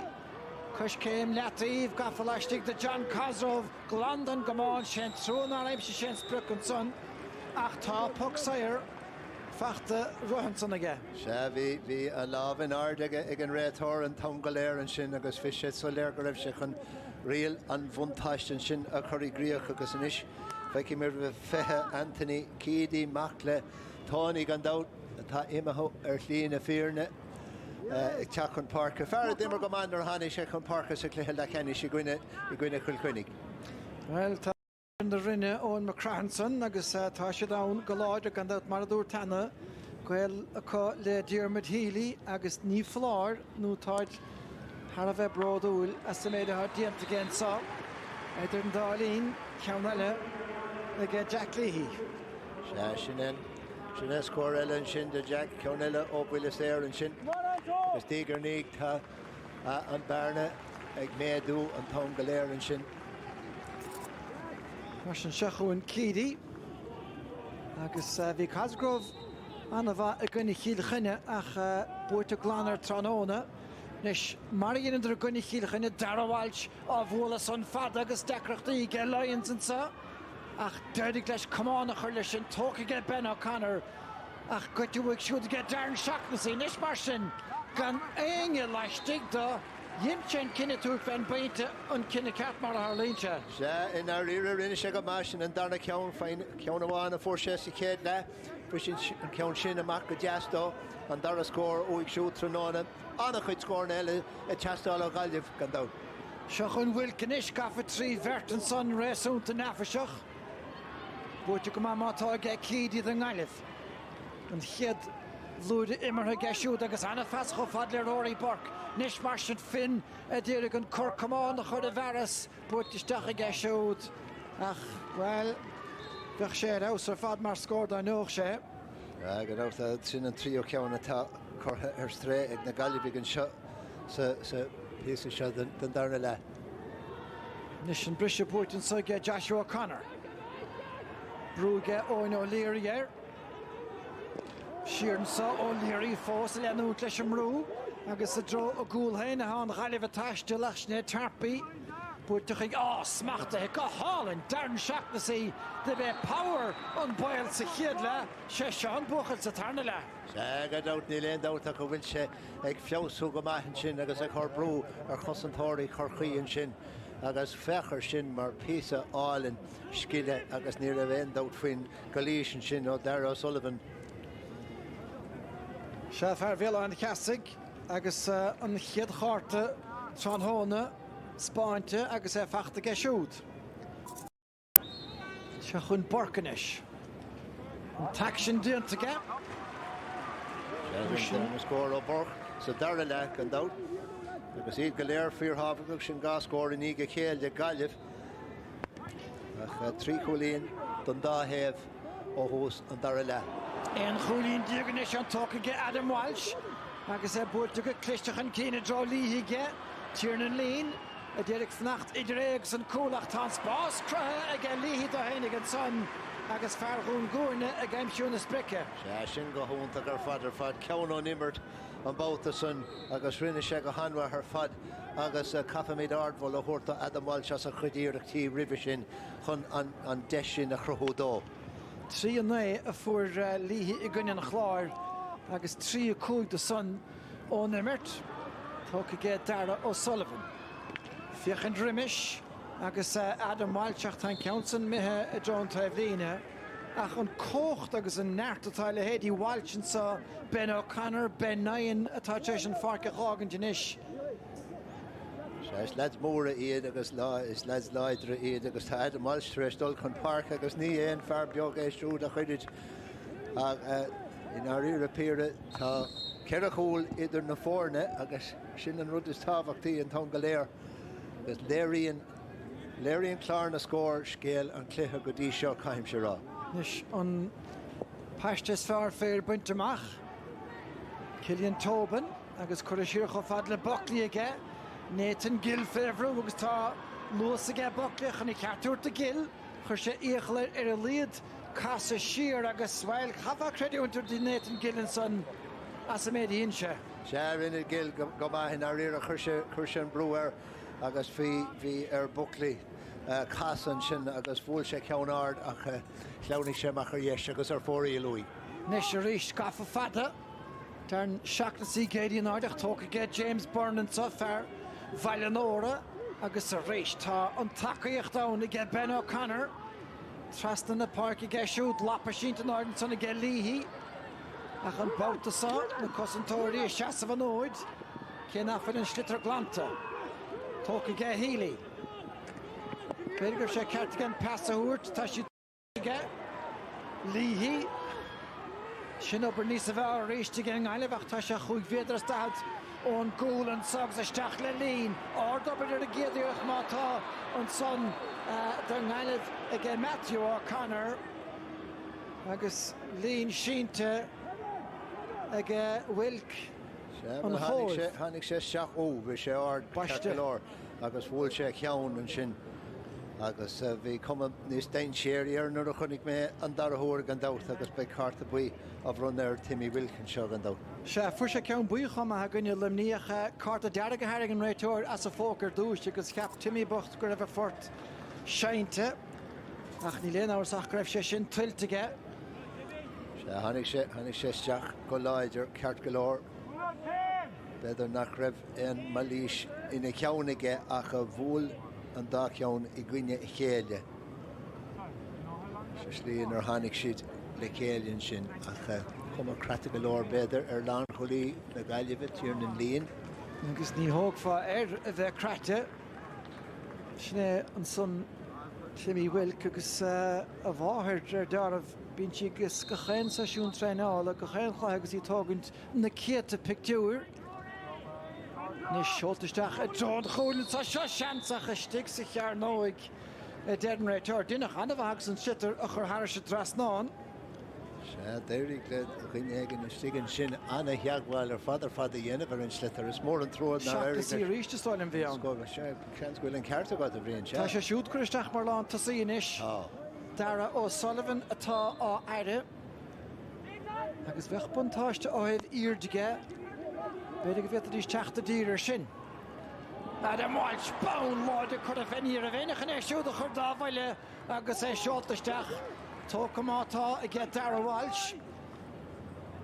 Nis tá Bert Chosantórin sa Ben O'Connor a rinne chun tríú duine a ríist Mikey Finn ná stoppan a chu rithis a rás agus ní mór na go bhfuil bid le bailach tríd an tarna le an sa agus bearna chá faointe díog I dtír na fórne. Cada sin mar gramú an sin ón bhar sin Adam Walsh anna gramú go Joe. Agus anna bhlocáige Cillian Tobin. Matthew Tarpey. Ní hé Tarpey tánach Dylan Dunn. Ón O'Leary. Agus ábhar mí lachfar seachún Power. Siúd a tastáil níos a chongríd an gúlach tá pas má tuca go dtí Rory Burke buirte fé leabhaige Rory ráthappaig. Se mór an tród ar éirigh le an ceann sin a scóráil agus an sosaisce tríiste línis agus mar a dúirt mé chena féin ceir a chúil idir na fórna anna chuid fáibhna le réiteach ag Brian Hanley agus Rónáirí na gaiileh. Se go dain go leor le déanamh bhí gan gaiileh sa agus forlang breachan ótaí ach tá na himiróirí a déanamh ón gníomh mó ar a barc Jamie cad is Stefanis na cuasaí. Well, just ag fécad ar an park tá muintir na Galway tar éis is tócha fios a chur is tócha cuma structúr an park agus seachtar a chur taobh hir don Lee Road agus thugann sé sin seachtar de Corky agus gáfar sa breis agus tá sé is tócha tá an park níos choramíocht má higann tú cad tá rá gom. Sa céad le bhí sé a bhadró oscailt ar taobh amháin agus bhí gach duine eile ar an taobh eile. Ach rud eile simú agus is tócha an rud atá mé anna hógta le ná poc amach Paddy O'Sullivan ag cúil de parkig tá as tó an roint éagsúlacht atá aige is féidir le dul Garrett is féidir le dul fada go dtí Adam Walsh mar a chunig mar nóméid ó hin. You know, tá éagsúlacht ag buint leis de poc amachana agus tugann sé sin anna cuid deisina de Corkig is tócha unsaí a chur le chéile ón poc amach Garrett agus ón poc amach fada. Gur maithagad sa Jamie an Ghaileh Olive agus tá an a dhéile a golabhúch an teachtasteach sné Cian Donahue. Ach éon chúlaháin go dtí seo agus nach deasmar a raibh le Corcaige seo ó léirí anna bha sa tarna leach sé cremanna chríochnaige. Anna Jacker Coolbaire ar bit stop a chur le iireach mar sin in ar iire. Well, se chun Cian Donahue á sin lohan a fágait na parke mar sin an bhetlá parke an bhets na cúníos a lína lá tosig buint amach agus anna bhór ar Darren Shaughnessy agus ar bhíhall Power Rory Burkos na puck na Sarah.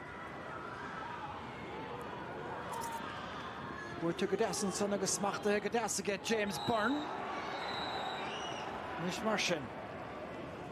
Keady agus Buckley dulta an rua in the chéile. Brian Hanley Chomahoun agus a thuirdi a gur inúlige. Martian gur túbeag folla a curtinisian sa Timmy Wilk.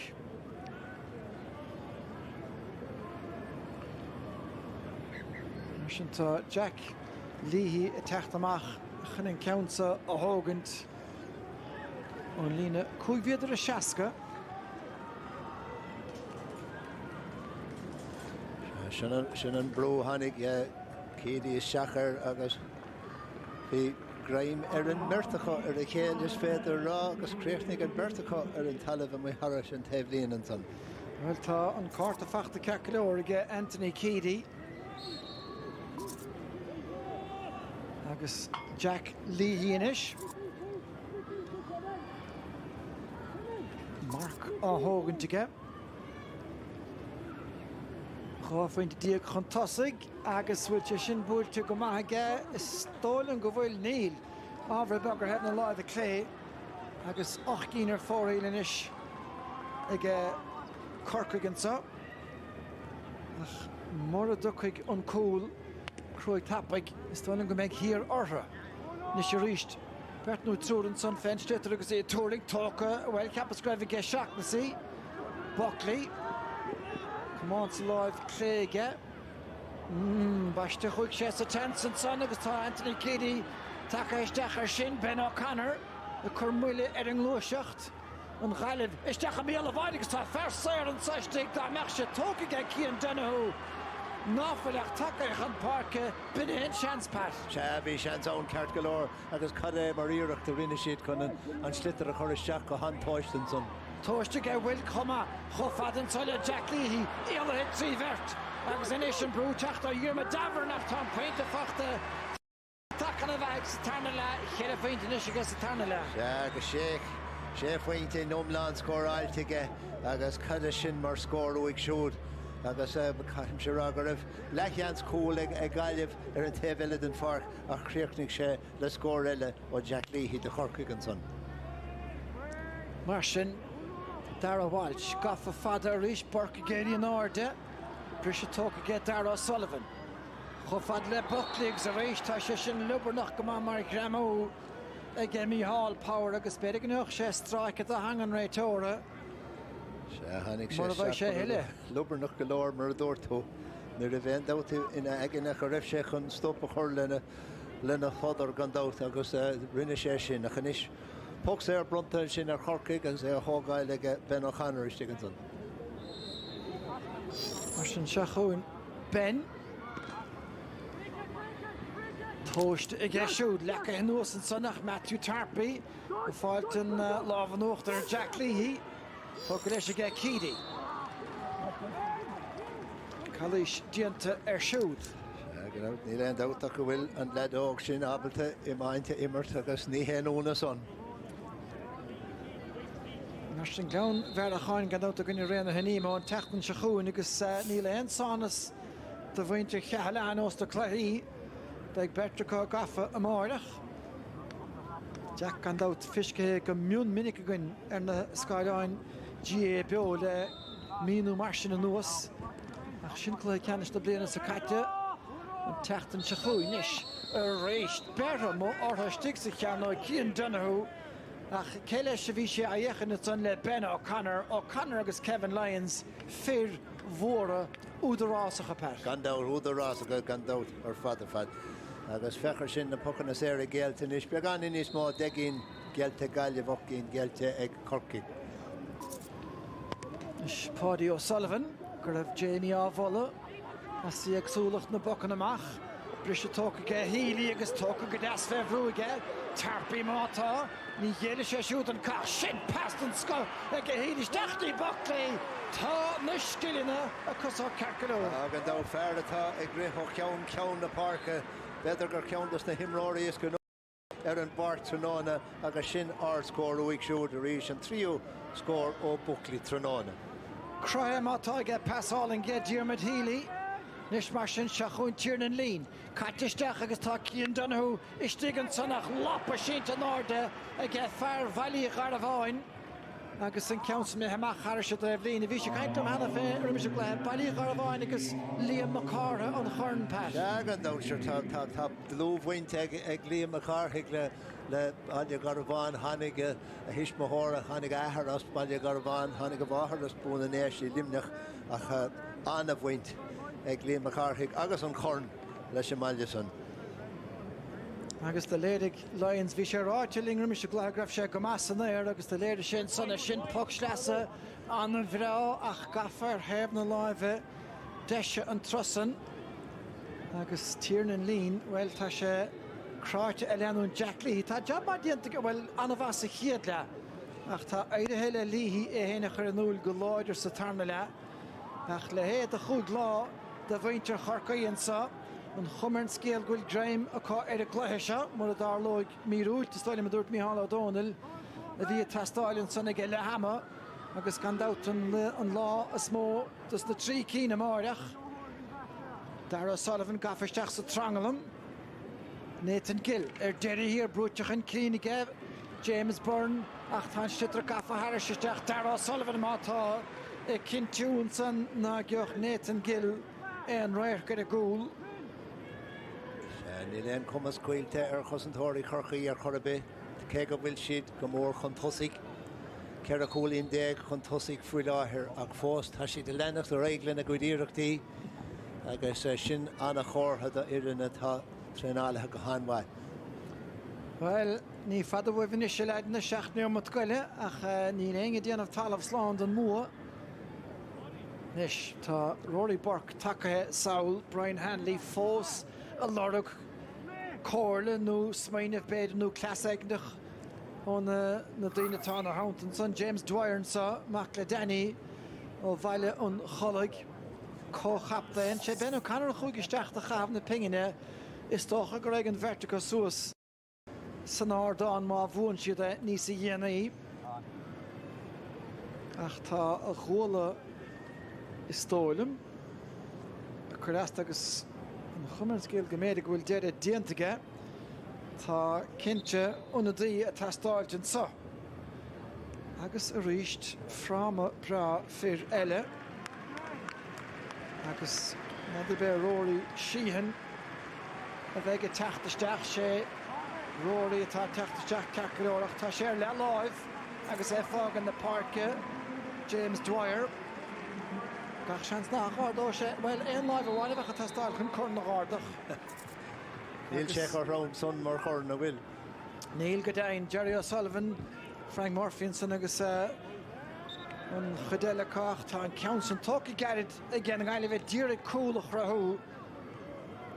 Gan é a down dóibh deire hir, Diarmaid Davna dul amach a díreach súlaigh meadar Adam Walteach a rééis tóca go hálan san éir a cremen.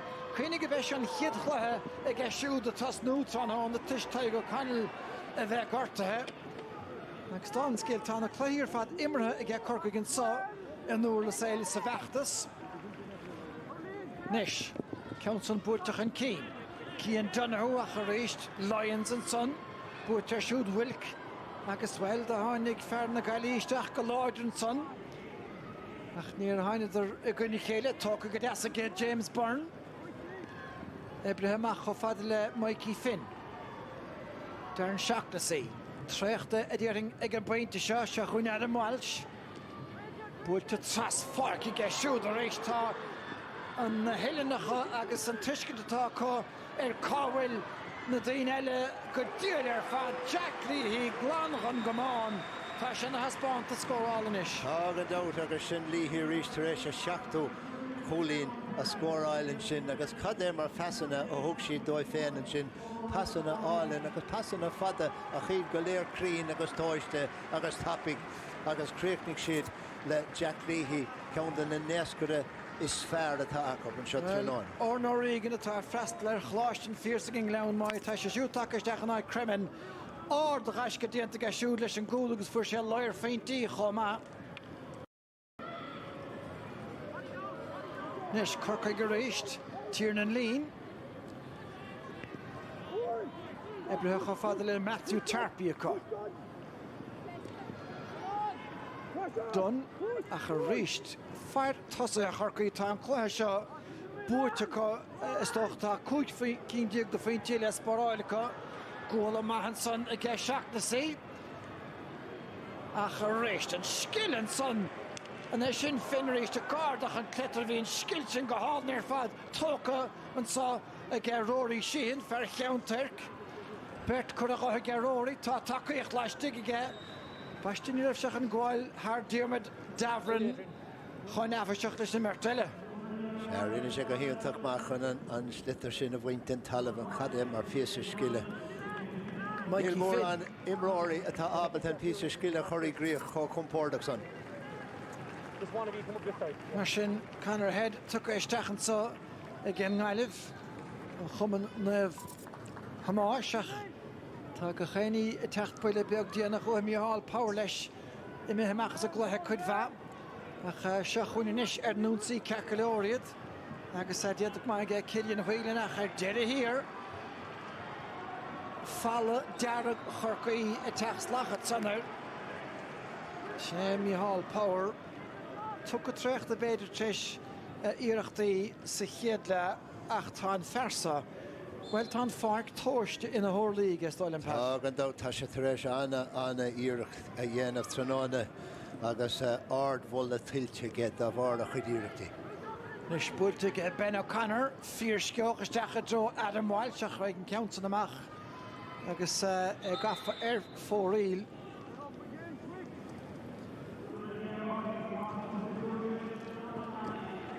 Agus aga ige Corcaigh an isis Kyle Wallace a Hoodchan Parke.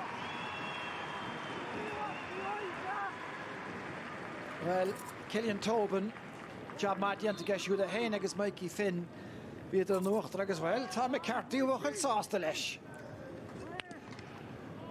Tuige nach meach agus an chespáanta sin tá cruthaigh ge trónána. Nis sin Council den gomán fachta ge Donoghue. Ach a réist hí cúpla lehans. Again, Nilef's na tosa hen son ach tá plúcha den sco a dhéanamh go cosantóirí Corcaigh agus idir fad ige mirt le chéile agus dá chéile agus tá óna díile take isteach Tadhg O'Connor fear le bhailen cholig nád a bhlán intach an tosnú tróna nach beise le ráige go raibh sé ar fort na himire sa chluthe ceannis agus ónó léirí fear a thug an hapla ó heh Rata Ebre. Nis, fachten zo get Diarmaid Healy, a mach of adle Timmy Wilk. Tá William Buckley iste go láir slíoch tá an adóg séite again réiteir an sa agus cadéis géilte an bóta ag Cillian Whelan. Pas golóir gaiscí agus is stocha chuna fionín sin churis módios na gansa daraga. Gan dát nóir is muoíon túir le héad a Mikey Finn agus Tában an Ben O'Connor Wilk agus a le héad agus Darragh Sullivan go hóntaach. Fuar hir hail Hocric Bear William Buckley an sin iwwer a cóigdeag fear a clúdi gach orlacht an farc agus an chríochnig an cléthe trónána le trí cholín anna hespántas uig siúd agus tres líam leis. Nes tá líhí take sé go dtíana le hénig. Cuidig sa tríal ar níis. Bhfuil se fada go leor, Neil ná crín go leor.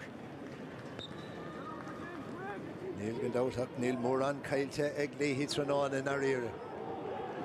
Nes farstin an ghaileh a teachtar éis dúrig rud ag an cúl díanach a gáilte chuid a crotní sa bheith a chlár a scóir se chuin Adam Walsh ach bhfuil níte sin ro úntaach tá an choréile an baine a níis ar a dréimhlíne a golabhú chun ceiliúra tá fithe bliain Tomás O'Leary fearan rugbyach mac le seánaí níos táchtaí fós sin éon captain dénach a gháirteach an cornsa cornscéaléirean de irin buachach miniúr chorcaí agus Ben O'Connor a techt amach an son go rathúil agus bhfuil sinné William Buckley Pat atá rán agat. Se gan dát agus bhí sé ní raibh sé ráheachar in áíire ach hána sé séos chuig go rah idir é féin agus Sullivan iwwer a dá dimmer go hóntaach go maiid. Ceann séiteach a dhéis ag Ben O'Connor ach a caiint ar an bhrinsan a gábhíl sa héan bhí Martin Coleman sa chúl Gardner sa tento helpín Kieran Murphy nó Fraggy viidir fadán nes tá cumán caiilte a gin ngaileach búilt amachchanach a réist tá falla sin ann agus tá Hall Power Trash Paint a chláú cecolóir agus tá tamil má ó chlár idir scór féinómut. Se sin an chéad scór de gaiileh sa tréifse seo den chuid den dara le an dát. Gan éon scór feite go an dathadú námad nó mar sin. Well tá an tréifse duicséite seo ag fór na minúr na gailí i teachan deireg tá chéileach raibh éireann as a chéile buirtecha tá Diarmid Healy Trash Paint eile chláú sa ach níl an héíach seall agus tá deire take le ré na gailí agus tá ferdan sa chorcaí tréis an chluthe seo a bhuachtaint le tuspáantas úntaach cumis agus díagrise scil nach beag chomá. Stechan sa agus smacht agus éiste sin slú a ríist. Tuigeann siad inis William Gá chutha thránach agus tá siad a bhaint an tainneamh go deo as an tréifse deirneach den clifiise. Agus iad a díad ag chríochnú le scór a bhain eile béidirach tá tearpaí fós a lí amach ar hénig an son.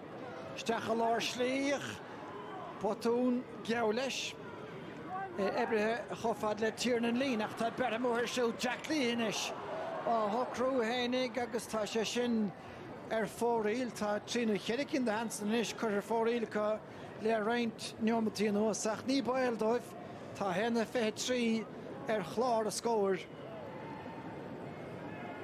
Agus neomat fáca Brian Handley hís fúman sa ní leon léisce siúd inis ar chúrsaí agus tá cinnte go nád a bhór sé gur a bhear go móras go fad a corcaigh sa ach an ghaileh a réist fós a córaach sin é seachnasaí siarn sa go fada le Hall Power agus tá paint eile fachta a gé Hall. Bléidir sin an cearú cholín atá feite ag Power trónána agus ní féidir le héine luchta chur siúd. Ní ach siad corcaigh choirí éilean an rád na maniúr an méú craibh díag buirte a cosód agus tá áard obair déantaige nóir Furling agus gan na choileachathe bhí Adam Walsh a bheith éfachtach nó hána séisteach ach tuigeann Brian Handley go maith Catá tastáil chun craibhacha éiread na bhuachtain tá ráicen fachta a ggé mar bhainisteoir le gádaíon nuas ach deire take le heistir eisningach na gailí cheirhblionn as a chéile an uachtar ach anis den tarna bouta in achar gála anú trí tá craibh éiread buirteige corcaigh ingrád na maniúr an bouta sa an nuas ar a mua sa grád fé blian díis agus go chéine inis ceúra agus Diarmid Lester an sanna bhaid an asping bíte siúda go leis do coolathe agus bhí an tenad sa Sinead James Burnanson fear bhaile nóra ach bhí an tenad cúil seo aus fad docht daingan gan a gáfeinte diog Gaeltacha agus a rééis scórmór grí chláirithe a g fuirn menúr sa Chorcaí. Is iad súd choirí i léireann tá ceanna críochna in nóla saoile héna fé tríige Corcaig náide dó dhiúg ag an gaiileh.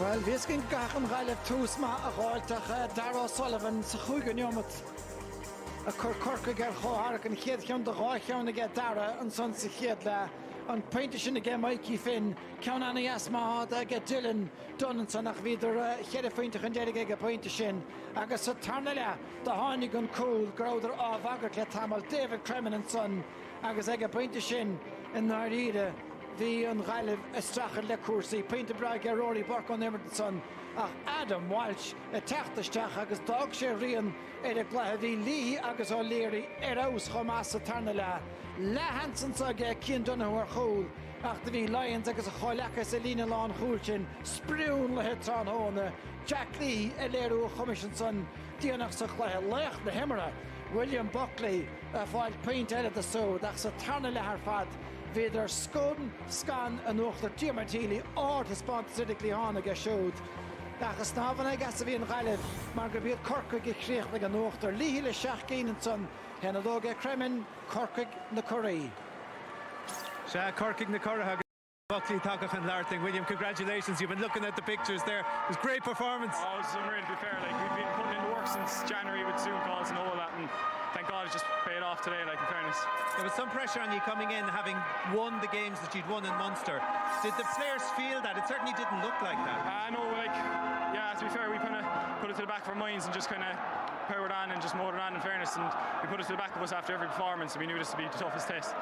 This team has been there or thereabouts in the last couple of years, winning it under 14, under 15. I don't know how many of you were involved, but I mean, it seems like the team has just gelled so well. There was like a sixth sense, it almost looked like, as to where the other players were going to be. Yeah, I know, we've been playing with each other since under like 13 even. We started with development squads and then we went all the way up, and just everyone knows each other. Like we are all friends with each other off the field and everything, so it was great. All right, in fairness. Now, I suppose this is part two. The 20s did it during the week. You've done it now tonight. You've set it up for the seniors. Will they close it out tomorrow? Hopefully, anyway, I have full confidence in them to go the full way. All right. Exactly. Well done, William. Great match. Thank you. Agus an Devhalden Bark inis an brunne agus an tucht an Lauras McCartha a kind. Ladies and gentlemen, please acknowledge as well the contribution of Colm Cunning and his team of officials to tonight's game, our referee. Our gratitude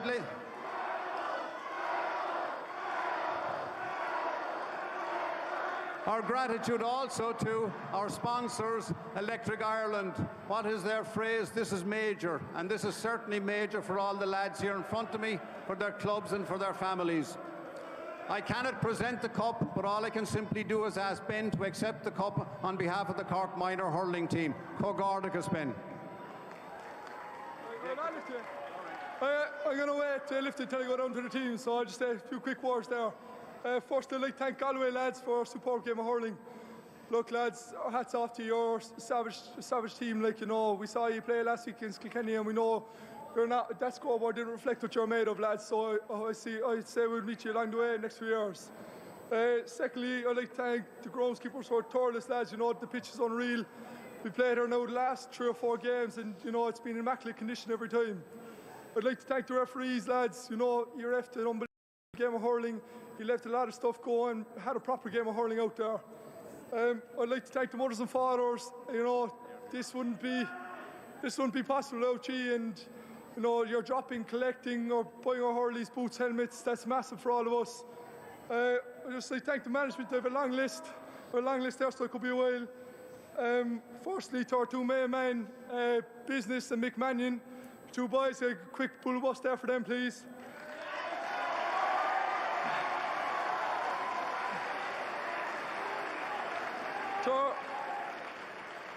To our men on the stats, to our men on stats, John, Brian and Paul, to our physio, Alan, and our doctor, Paddy, to our S&Cs, Wes and Owen, to our offensive coach, Ty Gog, and our defensive coach, Lester, to our very patient keeper coach, Dave Dorgan, our dead ball expert, Barry Johnson, our swimming instructor, Niall Mack, our big man, or as he likes to call himself, the best coach in Ireland, Joe Regan, and last but not least, to the head man, Noel Furlong.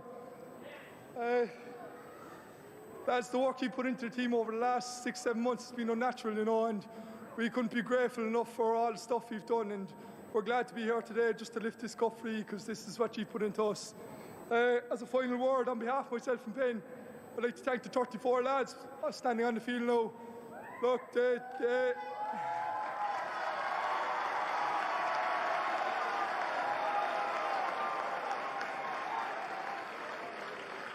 lads, the sacrifice and discipline and commitment you put in over the last few months has been something I've never seen before, so I'll be glad to lift this cup. I'm coming down.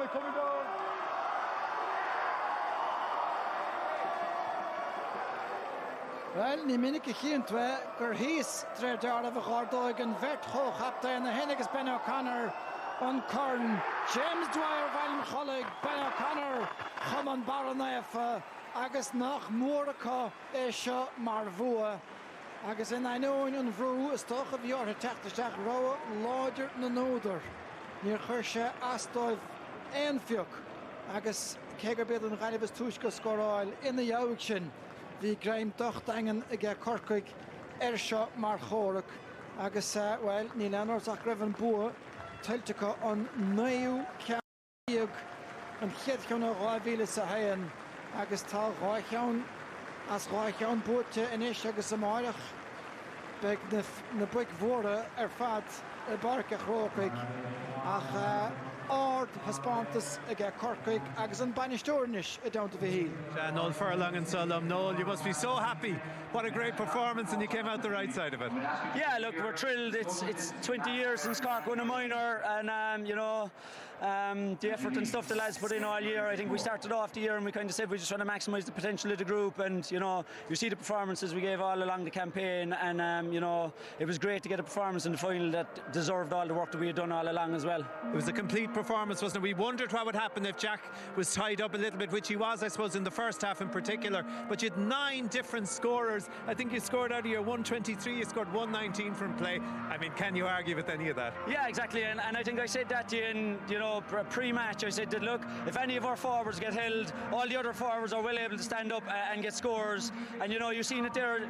I know the forwards get highlighted sometimes, but you know, our defence has been exceptional all year. I think our average concession is 14 or 15 points, even less. So look, when you have a good stable defence, I think it helps getting the ball up to the forwards and getting the scores. And look, we know we've good players. Great to see them perform again tonight, and you know, it's fantastic for Cork now. You know, we were really wanting to give a good performance tonight to give the lads tomorrow another boost, and you know, all focus is on tomorrow with the seniors now. Bar Paddy O'Sullivan, your goalkeeper, you had scorers in every line. I mean, you know, was that something that you expected in terms of, say, total hurling? Because we did see total hurling here this evening. Yeah, we did see total hurling, and you know what, that comes from the training pitch, and you know, from players putting in the hard effort when nobody's looking, and you get the result in on nights like tonight. So you know, as we've seen, and as you would have seen all throughout the championship, we have exceptional players. We acknowledge that, but over everything, these players work exceptionally hard, and you've seen it there even in the last play or two. The game was pretty much over, and they were still working their socks off, and that's just ingrained in them. And you know, they all have certain standards that they apply themselves to, and it's just so pleasing that we got a performance to be proud of, you know, in the biggest day in the minor. I suppose going in at half time and you doing so well, 9 points up, but you did need to make a statement. I noticed you didn't let the lads go in, or they decided not to go in at half time. You a statement score at the start of the second half with David Cremen's goal, which I suppose effectively put the game to bed. Yeah, and again, look, that's just all down to routine. Look, for every single game we've had the same preparation, the same routine, and again we stayed out as we've stayed out in every game. We wanted the players to be as comfortable and just you know, sticking to the process and so forth, if you want to use those words. So you know, Dave Cremen was on the end of a goal, another few guys had another few opportunities, and you know, it's whoever, you know, has the ball, working it to the man in the best position, and whoever gets the score is irrelevant at the end of the day. You said you spoke about players doing it for each other, and that was really evident as well. I suppose another thing that was very evident was the work rate, and you mentioned that fellas fighting for the ball right the way through to the end. But what I thought was really a standout moment was the expression of, I don't want to call it joy, but that kind of heads up hurling where everybody wants to get on the ball, everyone wants to get a piece of the action, if you like. It was evident from start to finish, wasn't it? Yeah, and that comes down from confidence, and it comes down from being an exceptional bunch of young men. You know, there's great leaders in that dressing room, and you know, they want to go out and impose themselves in the game. And you know, again, as I said, it comes down to being on the training pitch, people having confidence in each other's abilities. And you know, it might have been, you know, the term total hurling and so forth was used, but it was just fellas doing what they normally do. They weren't doing anything different tonight, and you know, it was great that we were actually, you know, the performance came on the back of that. You never know what minors are going to do when they progress out of this grade, nor the under-20s for that matter, but it's hard to argue against a few of these lads will be wearing senior Cork jerseys down the line. Absolutely, you'd hope so, but again, look, I suppose 15, 16, 17 year olds, you know, it's a big period of transition coming up in their lives now, so you know, obviously having a bit of success and you know, getting that intrinsic motivation on the back of that will help them.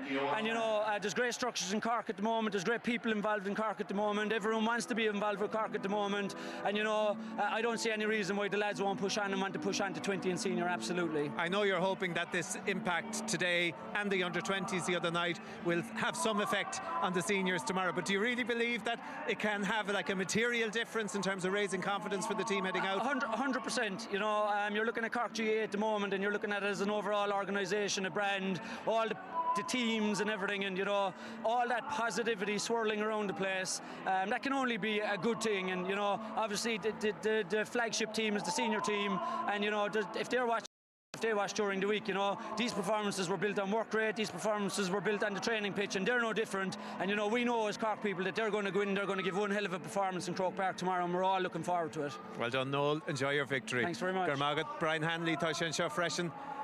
Agus Mashiv, Brian, thank you so much. It's not easy to come over having lost the game, but your own reflections on this performance and I suppose on what Cork were able to do to you this evening. Oh yeah, but it's part of management, isn't it? You take the rough with the smooth. You have to be very, very gracious first and foremost to Cork and congratulate them. They were an awesome team. They were much better, obviously. You know, they were very, very well drilled and coached, and hats off to them, you know. Your own performance, was there anything, if you had another shot at it, would you have done anything different? I don't know, it's hard to know in reflection straight away, but they were very dominant everywhere. I think it'd be unfair to Cork and what they did to start analysing us and saying we could do this, that and the other. I think the scoreboard reflected their superiority in the game overall, and you know, you never mind losing your crown to a team that's worthy winners, and Cork were worthy winners. I'm sure you want to note the fact that this was a tremendous era for Galway hurling at minor level. You've made the point yourself, okay, 4 All-Ireland titles in the last 4 seasons is one thing, but things need to change, I suppose, for Galway in the sense that you need more competitive matches to get really up to the pace of the game. Do you hope, I suppose, that Galway will be taking part in the Leinster Championship from here on in? Well, the round robin would be fine. If the Leinster Championship and the Munster Championship, I think I'm a big advocate of them. You know, the round robin is great for everybody, because you're playing the defeated Munster and Leinster finalists, and we had that 2 years ago. It was a great competition. It was 2 great days out to prepare for a semi-final, and we got there. And it was, I think, for the Munster runners up and Leinster runners up, likewise, they get a second bite of the cherry. So that would be great. But look at the pandemic and everything. You know, it took its toll in that. But we are where we are. We can't do anything about it. We can only deal with what was in front of us. And unfortunately tonight we came up short. We didn't come up short 6 weeks ago. So you know, that's just the way. And again, hats off to Cork. Your team is a young team. I think Dara Walsh is the only player who started last year's campaign. I'm not sure if all of the rest of them are going to be available to you next season, but for yourself, will you stay with the minors? There's obviously a vacancy now at under 20 with Jeff Linsky gone during the week. Oh, I don't know. I haven't. That's up for debate for the people higher up. It's whatever Galway hurling wants, and whatever's the best for Galway hurling needs to be done, regardless whether it's me or somebody else. I mean, we've done our bit for Galway hurling the last 3 years, and whatever the county board and the people inside in Galway deem, whoever they deem fit to take it forward and move forward, and that'll best luck to them. All right, well, thanks very much, Brian, for coming over to talk to us this evening. Mahu, James Dwyer, Captain Corky, and so freshen. James, congratulations. You've had a couple of minutes to suck it all in, to take it all in. How do you feel at this stage? Well, to be honest, it's still unbelievable. You know, we're still kind of still settling in. It probably won't settle in until tomorrow, I suppose. You know, it's been a big week for all of us, kind of working towards this game, especially with the good win for the 20s during the week. So it's settling in, but we're looking forward to tomorrow. So. It's a great game of hurling for us to watch. What was it like to play in? The play was unbelievable. The lads went out, they put everything on the field, and we knew this would be a hard game. We knew Galway would give it everything, so we always knew we'd be expecting a good challenge. So we were very happy with how the game turned out. It was a game that I suppose you dominated from the off. You need to lay down the marker, I think, early on. Yeah, I suppose, you know, I was talking to someone there the other week, and they told me the start is half the battle, you know, and that was a huge thing for us. We work on our starts, we take the throw-ins as a way to win a game, you know, and that worked out for us today, and we were looking at that. Yeah, it was a real team effort, wasn't it? I mean, between the team who started, the lads who came on, management and Noel's influence on the team. Do you want to say anything about that? Yeah, it's all credit to the management. This is all because of the management. You know, they came out, they've literally changed us as individuals. They brought this team so close together. We're like a club team is the way I describe us, and everyone that came on, we're a team of 36 players. Everyone on that field is part of our team, and it's been like that in training, so we always knew we'd be using all 20 players and everyone would be full effort when they came on. So that's what we base ourselves on. And it was lovely to hear the parents mentioned in your speech as well, because let's not forget it. No, only for them, some of you lads will never be here. We've been all over Cork now, and we've been down to Youghal after matches swimming with Niall Mack, you know, and our parents have dropped us there. They've collected us from here, there and everywhere, by us Hurleys, helmets, the whole lot of it, like, and they shouldn't be forgotten when it comes down to this. So all right, big thanks to them. Okay, and now for the future, I mean, you'll be able to, I don't know, I presume you're heading off to Croke Park for tomorrow. Oh, of course, yeah, we'll be up there, right, in all colours. We'll be hoping now to see us bring home. All right, well done, great victory here today. Shout out to the stop, Niall McCarthy and Ish. Niall, congratulations, part of the setup here this evening. I mean, you've seen it, you've been there, you've done it, but what a performance by this young group of men. They were, in fairness, just absolutely delighted for the players. Like the effort they've made over the last 7 months, and just to go and give a performance. Like, we had a few big wins during the year, and they stayed humble and came into training the next day and wanted to improve again. And just delighted for them, thrilled. And in your time, have you seen an underage team as strong as them in Cork? I don't think so. Like, that's a special group of players. You know, like, we were conscious the talent is there, but they were willing to work hard as well and die for each other. And like, or I'd like to say as well, there's a panel of 24 players, and there's 12 players that didn't make it today that unfortunately won't get a medal, but I'd like to acknowledge from the management that, like, they made a major contribution for the players, pushing them in training for them to perform like that. So yeah, overall we're obviously delighted. There's a big gap that potentially could be bridged back to your playing time tomorrow in Croke Park. Do you think that the seniors, had they been watching in, would have taken inspiration from what the under-20s and the minors have done? We hope so. Like, I suppose we took inspiration from the 20s the other night. Like, obviously our players look up to the 20s and the seniors. So, like, 2 wins in a row sure can only help the seniors tomorrow. We'll all go up tomorrow rooting for Cork. I have a good feeling that Cork are going to give Limerick. Beat Limerick by a point tomorrow. I don't know why I'm thinking that, but that Cork team this year is different. You know, they're working for each other at massive speed, and hopefully they'll beat Limerick tomorrow. We'll be rooting for them. 2 from 2, maybe 3 from 3. Hopefully, that's the plan. Right. So, well done, Niall. Thanks very much. Carcilor Marshin. So, Sinead Marshin and Focal Darnach ag Maint Chorcaí. Tá Brisin le Togan to Nisha going by me the ration. So, it's that Semple Trace of Ogri. Corkig, Cora Illa Aaron, Minur, August, Day Feha.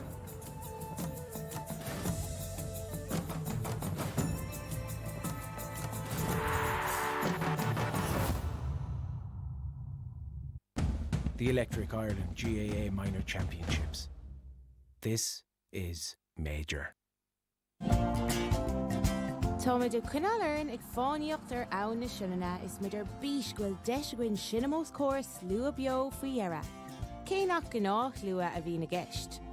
Curmid gcuid lábha gobar bhealach éagsúil agus téimid thuras bóthar deas suíbhnach.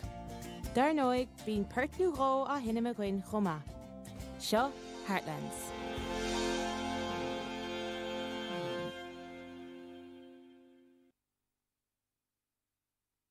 Dairy Gold is made using natural ingredients and tastes so good that when you eat it, you can't help but make the world that little bit gooder. Lovely strawberry. Goodness. Spread. Dairy Gold. Spread the goodness.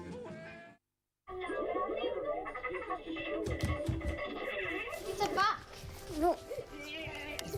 Leave. I remember what was written on that On Vodafone Red Family, now you can enjoy mobile plans and technology that grow with your family, so you can always be connected. Vodafone. Together we can. Ah, yellow. Lovely, calming, serotonin-releasing yellow. Nice, isn't it? Oh, look, kittens. No. Take a second. Soak it all in. Just another way we're helping you relax. We don't do stress at the AA. We do peace of mind. From roadside rescue to car, home or travel insurance. Relax. Yellow and Black have got your back.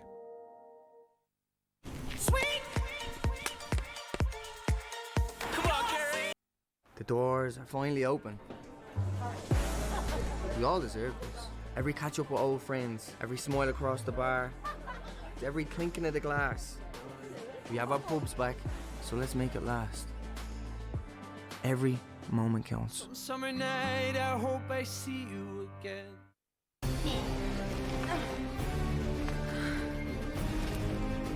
I found him. At Energia, we're the power behind your rescue and the power behind great home energy deals when you come direct to us. Energia, power behind your savings. Rated excellent on Trustpilot. Today I want to talk to you about the F word, finances. Oh my God. It's not a dirty word. Chatting about your financial well-being with Bank of Ireland is just a simple way to help take control of your money. Let's talk finances. That's not right, son. Book your financial well-being chat with Bank of Ireland. Brave gemortis na minúr le Electric Ireland. Tá seo mór. An chréibh fé fethe buirte den 9 uair déag ag Corcaigh agus den 2 uair le scór bliain agus nach fada a bheith an ceiliúra a có. Agus am aráibh, chuir sé seo éfacht airg lethe amárach agus beag inspiráid le taringt ag na seinseir ón na buana an dábhua a bhí Corcaigh I gahab na seachtainna. An deir seachtainna se chuin be cléthe canis na minúr I bheile going idir cáin na mí agus tíróin é sin na barc an Crocaigh ag a lehuirtrééis a dóíag dé saring dé dánig be mi de barcaigh chuomh leis is cléthe canis pelle ó fethe idir lán baracáin an iarthar agus réanathe nímó ón gahar é sin a réir ag I ceathrú chun a trí. Se tá Jamie agus Cathal fósling agus cúpla nómad a going ribh deir na himmartha an coolla tócha Jamie fecha mí der sin ar dúis má bhí aon dóchas le bheithe gaiileh ní iad a dúis coolla ligan na seachradí an luas a darla. Ja, agus bhí an coolig tastal ó Galway chánig sé go Corcaigh an líród amach agus an rud simúl ná an ré an tangaléir agus an takeíoh cénach oibre sé amach Darragh O'Sullivan a ríis bris sé amach go William Buckley a bhhaile mar a ríis agus an líród trasna an sin brisin an líród agus tá Dylan Dunn iver a chuig kinda ag dulgadí an líród agus fáin ón O'Leary David Cremin agus Crickna agus Nasta ige agus an pass sin like an léirgus a haisbáin sé ó héamh sin go híntaach ón O'Leary. Se agus Cathal is tócha bhí an 6 tríontáin sin is dig lár a cruthú feibanna de chailemh an tróna go léir agus in áíar an réchantúirn tuisbántas a bhí ag William Buckley bhí sé I lár gachrad a bhí atá Lucy cheantar sin nach raibh éon cholín dé go fuair Corca ón lína lán tosaigh ach Buckley ní raibh sé gimmar tíbhiste bhí sé mhuiil lár park ó hús an chluithe agus ní raibh gaiile ná é a láseáil lár park agus bhí sé dul mar seo an chluithe ar fad agus ag crothú scóranna agus fuair sé cúpla scóra a héal 3 pointe ón immert a fuair sé agus sin pointe deas agus chuir sé an líróid isteach an cúl croigh sé an cúl freisin atá feici agan cúpla nóid ó hin agus anna mána ní an fearras mú ach anna lús ag baint leis anna cosú le fear eile bheith ag immert tomorrow leis an lús atá aige ní bhuair sé cúl sin Jack ach é sin ráite anna chluithe immerthe agus léachna himmarthe tiltte go maithe agus fáite aige ach a ríis féach ag dul tríd an lár an sin ní ein sé an slitar dús ach nuair ein sé an slitar Jackar é chuí anna fointe ar fad agus mar a dúirt me críochna sé le 3 fointe ní iver a cúig dig ar a grim ach bhí sé gimmert lár parca. Bhí sé gimmert lár parca agus in áíire be chuma cáibh do bh gimmert cén iver a bhí ar chúil de cheansaí má bhí tú magalor bhí tú abalta na scór ná ain go raibh sé caithh iver a dó bhí Darragh O'Sullivan ábalta cúpla scór áil dóibh Tróna. Cinnte go raibh agus mar a luigh mé Dimríon Dara ar Lána Parka le béile an Casig agus scór glóta é seo bhí mar caint faoig le hama díreach sús an park agus ar taobh clé an céad scór de Cork gé sin ach an ceann seo tá ag take arás go seo mar is luúann sé an stíl immerthe a bhí ag Corcaigh ag thugann tú an pass agus lean an túraigh. Is é sin an tóca an mantra a bhí aá agus is é sin an slí go bhfuil gach duine ná scór ó thugann mar bhfuil gach duine san áit scór ó thugann. An Lár Park, an téanad sin idir William Buckley a bheith an Cillian Tobin ach Mikey Finn, híl me gur bhanna míár nach fuair sé leach na himmartha. Bhí sé ag ngachrad nach raibh Tróna. Cinnte go raibh agus Dimríon Mikey is bhí sé ag leanúnt Mícheál Power ag tús an clé is mar seachtar cosantóach. Imríon anna chuid is fearn atá ag nóil forlang mar seo. Tá seachtar sa cosantóí acu nuair atá an líród ag duine eile agus an sin nuair bíon an líród agat brisin na lads si amach agus bris Mikey Finn amach agus thugann sé sin is an spást an sin do William Buckley leanaráig agus dul I dro an cúil eile. So tá éfachtar buint le Mikey Finn ó héobh cosint agus an sin ó héobh ionsaí freisin agus thug sé spregad do Corcaigh don láir fad. Se fuair sé pach sleasa áilinn comá Mikey Finn ceann de ceithre íireacht as an éana fethe trí nar tháinig ón immert oscailte. Bhí sé seo go háling a chahal agus é dolisteach Harris an trasnán sa chéad le. Fear amháin go as tíonm lua chomá Connor, a bhí gimmert mar sais lechulí lárach an ról an cosantóir breise a bhí ge. Bhí sé annach leiste da mar rud gur meach éon seans ag Gaillimh a brise tríd bheith ar an fearseo bheith ciúin agus ní raibh. Se, ní rá bhí Mícheál Power le bheith ar ach mar Louis Jamie an sin ní rá Mícheál Power ní rá sé marcáil Mícheál Power bhí ben le sé agus hí sé siar agus hiic sé an ról go má a bhí le donna aige ní rá mór an brú ar aniu ach I rinn an blian ar fad. Beidir seo an furdan faoi seachtaigh is fearr atá feici agan le blianta tá sam gur ceiricríomh búte ag Gaile ach bhí na fórne eile I bhád níos gura go sin an faras fára bí an nocht bhí mar ag breanúir le hama ó híomh sellafde ní rách Jeff an géideid in na fórne ach na réchan tú an chlár an scór ó bhád níos mó híomh scóran na de ach ní hé sin catú ceiste ordú ó híomh neart agus achlú Bhí imróí Corcaigh bhád níos mú, bhád níos láidre agus bhád níos sciupaí agus an scil agus sin an rud is mó thug mise faoi deara an méid scil a bhí acu agus an bua tiltte go maithacu. Jamie is tócha an ceistan is ná cad dhéanaan tú leis na himróí seo mar ag minúir tá sé go húntaach bíonn tú a bóchan. Nuair a hen tú isteach fé fethe cailann tú reinteachas an nuair a hen tú sin se caiile tú níos mócha. Cad a chafar denna bhí níos Corcaigh leis na lads seo a chamaid ag amáint agus a forbar go dtí go meisiad réig den seinseir. Well, look, cai go bhfuil plán ann agus bhí mar caint rive faoi stocha cuasaí leanúnachas bhí nóil leis na lads ó 15 agus 16 agus tásúlagamm go bhfuil nólaigh féchant ar an post fé fethe beidir le nílim cinnte go an méid pat ann ní bhealcach beidir sa bliain se cuaig nó an bliain ina dhéag sin stocha fern banistíocht atá anna ar na lads is príomhrud é sin ach an rud eile Anis tá an riile tuchasteach go bhfuil caiig mar bhfuil tú fear sínsir níl tú an ann immert fé fethe agus I mthórm tá cúpla sa lads fé fethe bhí eiceile a gcuin de chéadín tá siad réganis sa bliain se cuaing le haig panéal sínsir agus thugann sé sin deis eile dus na lads seo nuair atá siad ag taseach mar tá bheith átainna eile ar fáil dóibh ar panéal fé fethe. So rudí mar sin is tócha an slí a forban siad. Alright, Garmaga Jamie agus Garmaga Cahal agus Godain Gonairí le Corcaigh amárach ag le canis na seinseir agus le agus gami dé sin rá a Corcaigh buachach an sa Creibh na minúir buirte cá ríist go bheice míad chéile slán tamil.